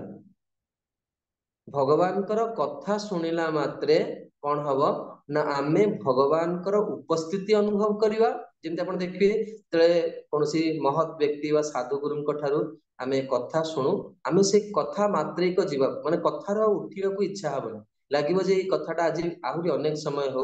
एवं सेई कथारे आमे कोन करिवा ना भगवान को अनुभव करिवा जदि प्रत्यक्ष रूप रे भगवान प्रकट न होंती कथारे आमे भगवान को अनुभव करिवा एवं दिव्य एक आह्लाद शरीर रे प्रकट हबो जेमती से आह्लादटा किबळी सुंदर प्रसाद पाइले जो खुशी मिले बा सुंदर जेमती भक्त माने भगवान कर जे धाम को गले तांको बहुत आनंद लागे सुंदर प्रसाद पाइले तांको आनंद लागे बहुत सुंदर कीर्तन रे तांको आनंद लागे ए सब सुखठू जेतेबेले आमे भगवान कर रस रे संबंधित हो जाइतिबा भगवान का विषय श्रवणटा ताठू आहुरी सुख लागिबो ताकू छाड़िकी आमे बंची परिबेनी आ सेटा कोन हबो हमर दैनंदिन कार्य जो प्रतिदिन सेतले देखिबे प्रतिदिन भक्त मन जाई भगवान का आगे छिड़ा के प्रणाम करंती କାରଣ ସେମାନେ ପ୍ରତିଦିନ ସେଇ ଯୋଉ ଛିଡା ହବା ଯୋଉ କାର୍ଯ୍ୟକୁ ନେଇକି ପ୍ରତିଦିନ ତାଙ୍କର ଆନନ୍ଦ ବଢିବାକୁ ଲାଗେ। ବା ଅନେକ ଥର ଭଗବାନଙ୍କର ବେଣୁ ଗୀତ ଶୁଣୁଥିବେ ବା ଭଗବାନଙ୍କର ବ୍ରହ୍ମ ବିମୋହନ ଲୀଳା ଶୁଣୁଥିବେ, ଅଘାସୁର ଲୀଳା ଶୁଣୁଥିବେ, କିନ୍ତୁ ସେମାନେ ସେଇ ଲୀଳାରୁ ବହୁତ ଆନନ୍ଦ ପ୍ରାପ୍ତି କରୁଥିବେ, ଯୋଉ ଆନନ୍ଦଟା ତାଙ୍କୁ ଅନ୍ୟ କୋଉଠୁ ମିଳିବନି। ସେତେବେଳେ ବୁଝିବାକୁ ପଡିବ ଯେ ଭଗବାନଙ୍କ ସହିତ ତାଙ୍କର ରସପୂର୍ଣ୍ଣ ଆଉ ଯାହା କୁହନ୍ତି ସମ୍ବନ୍ଧ ସ୍ଥାପିତ ହେଇଗଲା। ବୁଝା ପଡିଲା କଥାଟା ନା ଆଉ କିଛି ସନ୍ଦେହ ରହିଲା ଏଥିରେ? ପୁରା ପରିଷ୍କାର। ପ୍ରଜ୍ଞା ପ୍ରମିତା ମାତାଜୀ କିଛି ପ୍ରଶ୍ନ ଅଛି? ହ୍ୟାଣ୍ଡ ରେଜ କରୁଛନ୍ତି। प्रभु हरे कृष्ण प्रभु जी धन्यवाद प्रणाम। प्रभु जी रस मीन्स आत्मसंतोष लाभ करिवा नहीं, एटा आत्मसंतोषर आहुरी ऊर्ध्व। आत्मसंतोष माने कौन? तृप्त ହେଇଗଲେ। ଧରନ୍ତୁ ଆପଣ ଗୋଟେ ଛୋଟିଆ ଉଦାହରଣ ଦଉଛି, ଆପଣ ଗୋଟେ ରସଗୋଲା ଖାଉଛନ୍ତି, ଆପଣଙ୍କୁ 2ଟା କି 3ଟା ରସଗୋଲା ଦେଇଗଲେ ଆପଣ ପୁରା ତୃପ୍ତ ହେଇଯିବେ, ମାନେ ଆଉ ପୁରା ମନ ଖୁସି ହେଇଗଲା। କିନ୍ତୁ ରସ ମାନେ ହଉଛି ଆହ୍ଲାଦ, ବୁଝିପାରୁଛନ୍ତି? ଯାହା ବିନା ବଞ୍ଚିବା ଅସମ୍ଭବ। ତା ସେଇଟା ନ ପାଇଲା ପର୍ଯ୍ୟନ୍ତ ଆପଣଙ୍କୁ ଆଉ ଭଲ ଲାଗିବନି। ବର୍ତ୍ତମାନ ଆମମାନେ ସେଇ ସ୍ଥିତିକୁ ଯାଇନି। ଆମେ ଭଗବାନଙ୍କର କଥା ଶ୍ରବଣ ବିନା ବା ଭଗବାନଙ୍କ ବିନା ବି ଆମ ଜୀବନଟାକୁ ବର୍ତ୍ତମାନ ଆମେ ଇଏ କରିବା। କିନ୍ତୁ ଏମିତି ଗୋଟେ ସାଧନା କରୁ କରୁ ସ୍ଥିତି ଆସିବ ଯୋଉଦିନ କୃଷ୍ଣଙ୍କ ବିଷୟରେ ମାନେ ନ ଶୁଣିଲେ ଆମେ ମାନେ ମୋର ମନେ ଅଛି, ମୁଁ ଯେତେବେଳେ ବହୁତ ଛୋଟ ଥିଲି, ଗୋଟେ ବହୁତ ସୁନ୍ଦର ଭଜନ ଭାରି ପପୁଲାର ଥିଲା। ଆଉ ସେତେବେଳେ ଆହେ ଚକା ନୟନ ତୋର କଳା ବଦନ, ଦିନେ ନା ନ ଦେଖିଲେ ମୋର ସରେନି ଦିନ। ଆମର ଓଡିଶାରେ ଗୋଟେ ବହୁତ ସୁନ୍ଦର ଭଜନ ଥିଲା। ମାନେ ଦିନେ ଯଦି ମୁଁ ହେ ଜଗନ୍ନାଥ ମୁଁ ଆପଣଙ୍କୁ ନ ଦେଖୁଛି ତାହେଲେ ମତେ କିଛି ବି ଭଲ ଲାଗୁନି। ଏଇଟା ହଉଛି ସେଇ ରସପୂର୍ଣ୍ଣ ସମ୍ବନ୍ଧ। ତେଣୁ ବିଶ୍ୱନାଥ ଲେଖୁଛନ୍ତି, ଆଚ୍ଛା ମୋର ଏଇଠି ଗୋଟେ ପ୍ରଶ୍ନ ଆପଣ ମାନଙ୍କୁ। ଏଇ ପ୍ରଶ୍ନ, ଏଇ ଯୋଉ ଚତୁର୍ଥ ଶ୍ଲୋକ, ଏତାବଦେବ ଜିଜ୍ଞାସଂ ତତ୍ତ୍ୱ ଜିଜ୍ଞାସୁନାତ୍ମନଃ ଅନ୍ୱୟ ବ୍ୟତିରେକାଭ୍ୟାମ ୟତ୍ସ୍ୟାତ୍ ସର୍ବତ୍ର ସର୍ବଦା। ଏଇ ଶ୍ଲୋକର ଅବତାରଣ କଣ ପାଇଁ ହେଇଛି? ଗତକାଲି ଆମେ ଚର୍ଚ୍ଚା କରିଥିଲେ ନା। ବ୍ରହ୍ମାଙ୍କର ଶେଷ ପ୍ରଶ୍ନ କଣ ଥିଲା? ଆପଣ ମତେ ବର୍ତ୍ତମାନ ସୃଷ୍ଟି କରିବା ପାଇଁ ଦାୟିତ୍ୱ ଦେଇଛନ୍ତି, ମୁଁ କେମିତି ନିର୍ବିଘ୍ନରେ ମୋର ସେବାଟା କରିବି, ମତେ ଆପଣ କଣ କରନ୍ତୁ, କିଛି ଉପଦେଶ ଦିଅନ୍ତୁ ବା କୃପା କରନ୍ତୁ। ଏଇ ପ୍ରଶ୍ନ ପ୍ରସଙ୍ଗଟାକୁ ସବୁବେଳେ ମନରେ ରଖିଥିବେ, ଆଉ ତାପରେ ଟୀକାଟାକୁ ଶୁଣୁଥିବେ ଯେ ବର୍ତ୍ତମାନ ଭଗବାନ ସତର୍କ କରିବାକୁ ଚାହୁଁଛନ୍ତି କାହାକୁ? ବ୍ରହ୍ମାଜୀଙ୍କୁ। ତାଙ୍କୁ ଗୋଟେ ସେବା ଦିଆହେଇଛି, ତାଙ୍କୁ ଗାଇଡ କରୁଛନ୍ତି। ତେଣୁ ସେ ଗାଇଡାନ୍ସ ଟା କେମିତି ଯାଉଛି ଆପଣ ଦେଖନ୍ତୁ। ବ୍ରହ୍ମାଜୀଙ୍କୁ ଭଗବାନ କେମିତି ଗାଇଡ କରିଛନ୍ତି ତାକୁ ବିଶ୍ୱନାଥ ଚକ୍ରବର୍ତ୍ତୀ ଠାକୁର ତାଙ୍କର ଟୀକାରେ ନେଇ ଆସିଲେଣି। କେତେ କଥା ବର୍ତ୍ତମାନ କହିଲେ, କେମିତି ଜଣେ ସାବଧାନ ହବ, ତାପରେ ଜୀବର କେମିତି ଭୁଲ କୁ କେମିତି ଜଣେ ଜାଣିବ, ତାପରେ କହିଲେ ଯେ କେମିତି ବର୍ଣ୍ଣର ପତନ ହେଇଛି, ଆଶ୍ରମର ପତନ ହେଇଛି, ଜଣେ ଭୁଲକୁ କେମିତି ସଜାଡିବ, ତାପରେ ସଜାଡିଲା ପରେ କେମିତି ପ୍ରେମା ଭକ୍ତିକୁ ପ୍ରାପ୍ତ ହବ, ଏ କଥା କହୁଛି। ଏଗୁଡା କହୁଛନ୍ତି କାହିଁକି ନା ତୁମେ ତୁମ ସେବାରେ ଭାବିଦେବନି ଯେ ସେଇଟା ସବୁ କିଛି। ଆମକୁ ଭଗବାନଙ୍କୁ ଆମ ସେବା ମାଧ୍ୟମରେ କଣ, ଆମେ ଭଗବାନଙ୍କୁ ବ୍ୟାକୁଳତା ସୃଷ୍ଟି କରିବାର ଅଛି ଭଗବାନଙ୍କୁ ପାଇବା ପାଇଁ। ବୁଝିପାରୁଛନ୍ତି? ବ୍ରହ୍ମାଜୀଙ୍କୁ କେତେ ହାୟର ଗୋଲ ଭଗବାନ ତାଙ୍କ ଆଗରେ ରଖିଦେଲେଣି। ଆଶୀର୍ବାଦ ଦିଆ ଚାଲିଛି, କିନ୍ତୁ ଭଗବାନ କଣ କରୁଛନ୍ତି, ବ୍ରହ୍ମାଜୀଙ୍କୁ କାଳେ ପୋଷ୍ଟରେ ସେ ଆସକ୍ତ ହେଇଯିବେ, ତାଠୁ ବଞ୍ଚିବା ପାଇଁ ଭଗବାନ ଏଇ ସବୁ ଗୋଲ ଗୁଡିକ ତାଙ୍କ ଆଗରେ ରଖିଦେଲେଣି। ତେଣୁ ଭଗବାନ ବର୍ତ୍ତମାନ କହୁଛନ୍ତି ଯେ ଏଇ ଯୋଉ ରସ ଅନୁଭୂତି, ଏହା ହଉଛି ସବୁଠୁ ଶ୍ରେଷ୍ଠ ଅନୁଭୂତି। ଏବଂ ଏ ତ୍ରିଭୁବନରେ କଣ ହଉଛି ନା ଏଇଟା ବୃନ୍ଦାବନ ଛଡା ଅନ୍ୟ କୌଣସି ଜାଗାରେ ଏଇ ରସକୁ ଜଣେ, ଏଇ ପ୍ରେମ ଭକ୍ତିକୁ ଜଣେ ୟା ବିଷୟରେ ଜାଣିପାରିବ ନାହିଁ। ଆଉ ଶ୍ରୁତି ମାନେ ମଧ୍ୟ କଣ କରୁଛନ୍ତି ନା ଆଶା କରନ୍ତି ଏଇ ଯୋଉ ରସପୂର୍ଣ୍ଣ ସମ୍ବନ୍ଧକୁ ପ୍ରାପ୍ତ କରିବା ପାଇଁ। କହିବି ଏହାର ପ୍ରମାଣ କୋଉଠି ଅଛି ନା କୁହନ୍ତି କଠୋପନିଷଦ 1:2-23 ଏଠି ବର୍ଣ୍ଣନା କରାଯାଇଛି, ଯୋଉଥିରେ କି ଜଣେ କୁହାଯାଇଛି ଯେ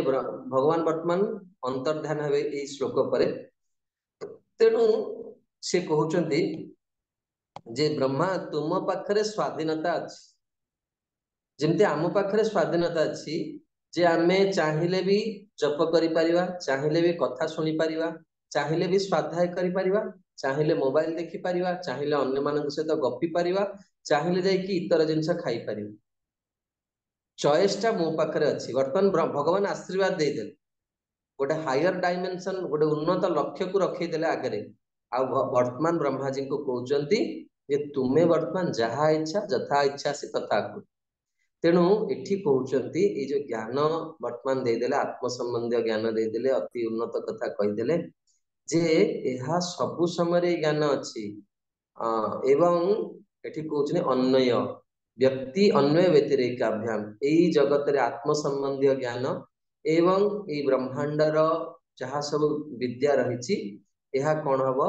ନା ତୁମ ଭିତରେ, ବ୍ରହ୍ମା ତୁମ ଭିତରେ ଅଛି। ଏଟା କେମିତି ଅଛି? ସୁପ୍ତ ଅବସ୍ଥାରେ ଅଛି। ବ୍ୟତିରେକ ଅର୍ଥାତ୍ ତୁମେ କଣ କରିପାରିବ ନା ତୁମେ ଯେକୌଣସି ଅବସ୍ଥାରେ ଥାଅ ନା କାହିଁକି ତୁମକୁ କେବେ ଛାଡିକି ଯିବ ନା। ଅନ୍ୟ ବ୍ୟତିରେକ ଶବ୍ଦର ଅର୍ଥ ବୁଝିପାରିଲେ? ବିଶ୍ୱନାଥ ଠାକୁର କଣ କହିଲେ ଯେ ଏଇ ଯୋଉ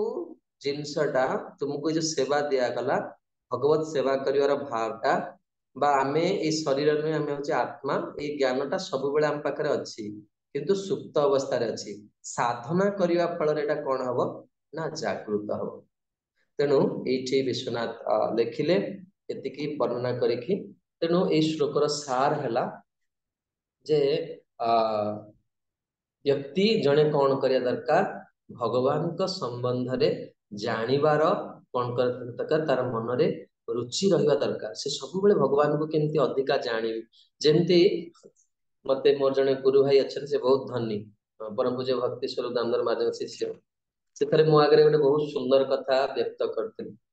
ମୁଁ ଯାହା ଆପଣ ମାନଙ୍କୁ କହିଲି ଶିଲ ପ୍ରଭୁପାଦ ତାଙ୍କର ସମ୍ପୂର୍ଣ୍ଣ ପ୍ରାୟ 7-8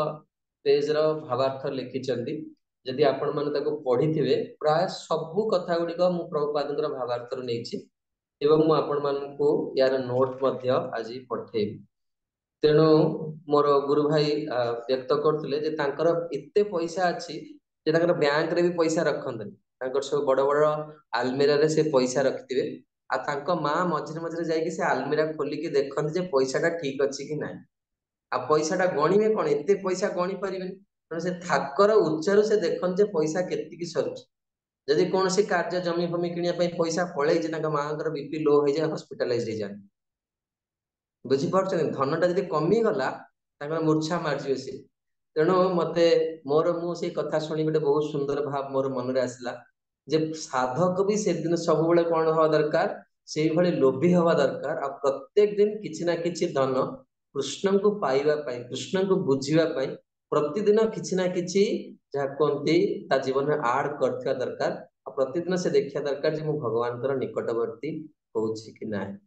ଏତିକି କହିକି ଆଜିର ଏଇ ଗୋଟିଏ ଶ୍ଲୋକକୁ ମୁଁ ବିରାମ ଦଉଛି। ବର୍ତ୍ତମାନ ଆଉ 7 ମିନିଟ ସମୟ ଅଛି। ମୁଁ ଆପଣମାନଙ୍କ ପାଖକୁ ପ୍ରଥମ ଶ୍ଲୋକର ଟୀକାର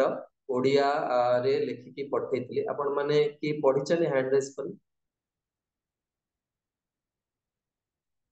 କିଏ ଯାଇ ମାନେ ସେ ଟୀକାଟିକୁ ଦେଖିଛନ୍ତି ବା ପଢିଛନ୍ତି ଥରେ? ଠିକ ଅଛି, ଆପଣ ମାନେ ଥରେ ପଢିବେ। ମୁଁ କେବଳ ସରଳ ଭାବରେ କହିଦଉଛି, କାଲି ବି କ୍ଲାସ ରହିବ। ତ ଯେହେତୁ ଆପଣ ମାନଙ୍କର 2 ତାରିଖରେ ବହୁତ ଜଣେ ସୁନ୍ଦର ଭକ୍ତ ଶ୍ରୀଧାମ ମାୟାପୁରରୁ ଆପଣଙ୍କୁ 3rd କାଣ୍ଟ ଆରମ୍ଭ କରିବେ। ତୃତୀୟ ସ୍କନ୍ଧରେ ମୁଁ ମଧ୍ୟ କିଛି ଚାପ୍ଟର ଆପଣ ମାନଙ୍କର ନେବି। ବହୁତ ସୁନ୍ଦର ସୁନ୍ଦର ଭକ୍ତ ମାନେ ଆସୁଛନ୍ତି ଯେଉଁମାନେ ଆପଣଙ୍କୁ ତାଙ୍କ ଶ୍ରୀମୁଖରୁ ଭାଗବତ ଶୁଣିବେ। ତେବେ ଡେଟ୍ ସ୍ଥିର ଅଛି, ତ ଆଉ 3 ଦିନ କ୍ଲାସ ରହିବ ଏବଂ ନେକ୍ସଟ ଚାପ୍ଟରରେ 10ମ ଅଧ୍ୟାୟରେ ଗୋଟେ ଗୁରୁତ୍ୱପୂର୍ଣ୍ଣ ଆସିବ, ଭାଗବତର 10 ଲକ୍ଷଣ। ବାକି ବିଶେଷ କିଛି ଗୁରୁତ୍ୱପୂର୍ଣ୍ଣ ବିଷୟ ନାହିଁ। ତେବେ ମୁଁ ଯୋଉ ଟୀକାର ଅନୁବାଦ ଦେଇଛି, ପ୍ରଥମେ ତ ଆମର ହରିହର ପ୍ରଭୁ ପଚାରୁଥିଲେ ଟୀକା କେମିତି ବୁଝାଯିବ, ସେ ଆଜି କ୍ଲାସରେ ନାହାନ୍ତି, ରେକର୍ଡିଂରୁ ସେ ପାଇପାରିବେ। ପ୍ରଥମେ ଟୀକାକୁ ବୁଝିବା ସାଧାରଣ ଭକ୍ତଙ୍କ ପକ୍ଷରେ ବହୁତ କଷ୍ଟକର ବ୍ୟାପାର। ଯୋଉମାନଙ୍କର ସଂସ୍କୃତର ସମ୍ୟକ ଜ୍ଞାନ ନଥିବ ସେମାନେ ଟୀକା ପଢି ହିଁ ପାରିବେନି। ଏତେ କ୍ଲିଷ୍ଟ ଟୀକା। କାହିଁକି ନା ଯୋଉମାନେ ସଂସ୍କୃତରେ ତାଙ୍କର ପାରଦର୍ଶିତା ଥାଏ ସେମାନେ ଟୀକା ପଢି ପାରନ୍ତି। ଯଦି ଆଜିର ସମୟରେ ଯୋଉମାନେ ଟୀକା ଆମ ମାନେ ସବୁ କହୁଛେ, ୟାର କଣ ନା ଆଚାର୍ଯ୍ୟ ମାନେ ତାର ସବୁ ଅନୁବାଦ ବି କରିଦେଇଛନ୍ତି। ସେଥିପାଇଁ ଟୀକା ପଢିବା ବହୁତ ସହଜ ଅଛି। ଏଭଳି ଟୀକା ଅଛି ଯୋଉ ଟୀକାର ଅନୁବାଦ ନାହିଁ, ସେ ଶ୍ଲୋକକୁ ପଢି ବି ହଉନି। ମୋର କଥା ମୁଁ କହୁଛି, ଯୋଉମାନେ ସଂସ୍କୃତରେ ବିଦ୍ୱାନ, ଆମେ ଯେତିକି ଗୁରୁ କୃପାରୁ ବିଦ୍ୟାଳୟରେ ଯାହା ପଢିଛୁ ସେତିକି ଆପଣଙ୍କ ଆଗରେ ପ୍ରସ୍ତୁତ କରୁ। ତ ଟୀକାର ଉଦ୍ଦେଶ୍ୟ କଣ? କୌଣସି ଏକ ଗୁହ୍ୟ ବିଷୟକୁ ଟୀକା ମାଧ୍ୟମରେ ଆଚାର୍ଯ୍ୟ ମାନେ କଣ କରନ୍ତି, ପ୍ରସ୍ତୁତ କରନ୍ତି। ଏବଂ ଅନେକ ଥର ଟୀକାରେ ଟୀକା ବୁଝିବାର 3ଟି ଶୈଳୀ ରହିଛି। टीकारे अनेक थर कौन थाए ना तार्किक मानकर विचार को रखिकी से माने प्रस्तुत करते बा जो माने अविश्वासी व्यक्ति जो माने भगवान को ऊपर आस्था रखते नहीं जो माने निराकारवादी से मानक दृष्टिकोण भी भगवत तत्व को प्रतिपादन करिया पे आचार्य माने भाव रखते जहा फल कौन हम ना सेमानंकर भी भगवान रूप गुण लीला प्रति विश्वास आसीजिव आ टीकार विषय कौन ना कौन से एक क्लिष्ट विषय को विभिन्न चरित्र उपाख्यान माध्यम प्रस्तुत करवा यहाँ हूँ टीकार द्वितीय शैली आ तृतीय शैली कौन ना टीका को विश्लेषणात्मक भाव से कौन करती गोटे प्रश्न पर तार समाधान देकी पुणी आ गोटे प्रश्न तार समाधान देकी ये तीनोटी मुख्यतः शैली रही या व्यतीत अलगा कौन सी स्थान में भिन्न भिन्न प्रसंग को लेकिन टीकार व्याख्या रही तेबे मु जो टीकाटी आपण को सरल भाव देछि विशेष कथा नहीं आपण पढ़ी देखिबे एवं आगामी क्लास रे जहा कोंती आमे काली पुनः चर्चा करिवा से टीका को जेहेतु आज आपण माने पढ़ी नाहंती मु चर्चा करू नाही तेबे दंडवत प्रणाम केबे छाडिचंती हरे कृष्ण केबे छाडिचंती प्रभु जी दंडवत गत काली राति रे मु छाडची प्राय 11:30 बेलको मु चारिटा को श्लोकर नोट समाप्ति कली राति 11:30 रे मोर हैंड राइटिंग ही छाड़ी मु टाइप करिनी तो आज मु आपन को टाइप करिकी पठे देबी जहा फल रे समस्ते बुझी पारिबे काले मो लेखा तो एते उन्नत मानर न आपन बुझी पारिबे न बुझी पारिबे मु वर्तमान टाइप करिकी पठे दोची ओडिया रे एवं जदि आपण माने चाहिबे मु इंग्लिश रे पठे कि इंग्लिश रे मु पूरा डिटेल्स पठेछि ओडिया रे मु सार को प्रस्तुत करछि जेतिकी जने आवश्यक बेले बेले आमे बहुत शुनिया को इच्छा करू किंतु हमर धैर्य न थाए शुनिया पाई आ ना ही ताको मन रखि पारू तेणु टीका पढ़िवार शैली जहाँ परम पूज्य श्री राधा गोविंद महाराज कृपारू जेतिकी मो हृदय में धारण करि पारछि महाराज से कहते टीकार सेतिकी भाग को जने शुणिवा दरकार जो भगवान का प्रति तार विश्वासटा बढ़ी आउ प्रसंगटा सरल भाव में बुझी पारिब आ मन रखि पारिब तो मु प्रयास करछि सेतिकी जिंस आपण मान को दबा पाई आपण माने आज थरे मात्र 3 मिनिट भी समय लगे मुझे लिखी छोटिया छोटिया 3टा पेज आपण ताको थरे देखि नेबे एवं जदि कहार किछि प्रश्न थाए आपण व्हाट्सएप ग्रुप रे भी लिखि रखि परिबे नचेत आगामी काली आमे आउ थरे टीका गुडी को चर्चा करिवा एवं एई नवम अध्याय को शेष करिकि 10म अध्याय काली चर्चा करिवा एवं शेष गोटे दिन मो हाथ रे टाइम रखछि जे जो शेष गुरुत्वपूर्ण विषय द्वितीय स्कंद रे दुईटी गंभीर विषय रही गोटे हूँ चतुश्लोकी भागवत आ गोटे हूँ भागवतर 10 लक्षण तेणु दीटा विषय आम चर्चा करी बाकी ये अध्याय को सारिया ठीक अच्छे अचिंत्य कृष्ण प्रभु किसी प्रश्न अच्छी आप हैंड रेज कर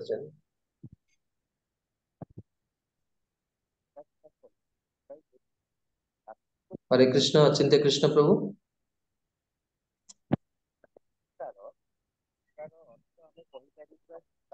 प्रभु आपनकर वॉइस मो पाखु को आसी परनी अरे जोर पाखरे अमृतेश प्रभु ना ना तांगर माइक तो दूर रे अछि अच्छा ठीक अच्छे प्रभु आज वाणी को ये विराम दौचे जदि आपनकर किसी प्रश्न अच्छी काली पुनः ठीक 6:30 रु 8टा पर्यंत क्लास रहिबो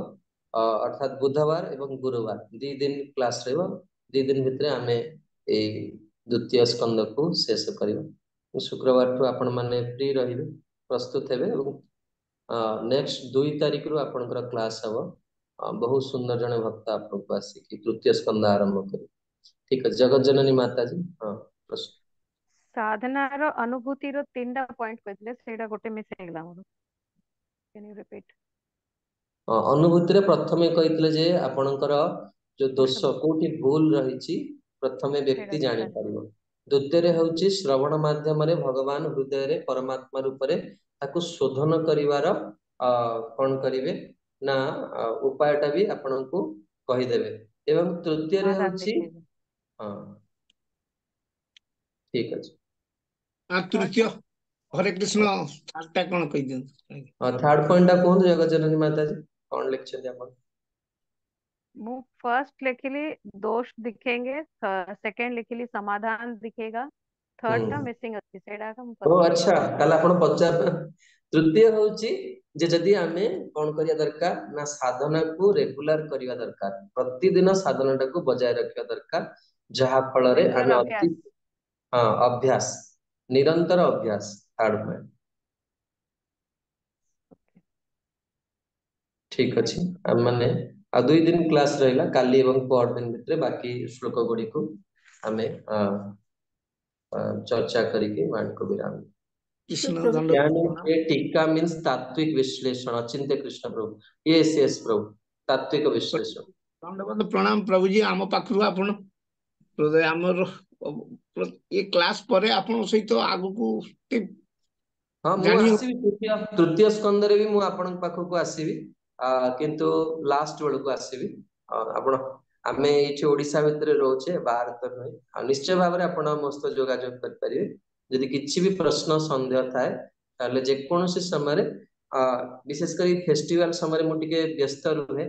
सेति पे मु क्षमा मागुची जे मु लेट रे नोट पठेली आपण कल्पना प्रतिदिन 3टा 4टा प्रोग्राम रहउछ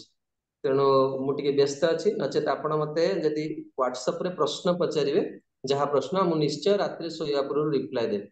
तेणु जहाँ यदि किसी भी समस्या जेकोसी प्रश्न जेकोसी डाउट अच्छी आपण प्रश्न रखते ठीक अच्छे ये वाणी को विराम दूची वांछा कल्पतरुभ्यश्च कृपा सिंधुभ्येव च पतितानां पावनेभ्यो वैष्णवेभ्यो नमो नमः। जगद्गुरु श्रील प्रभुपाद की जय। गौर प्रेमानंदे। जी।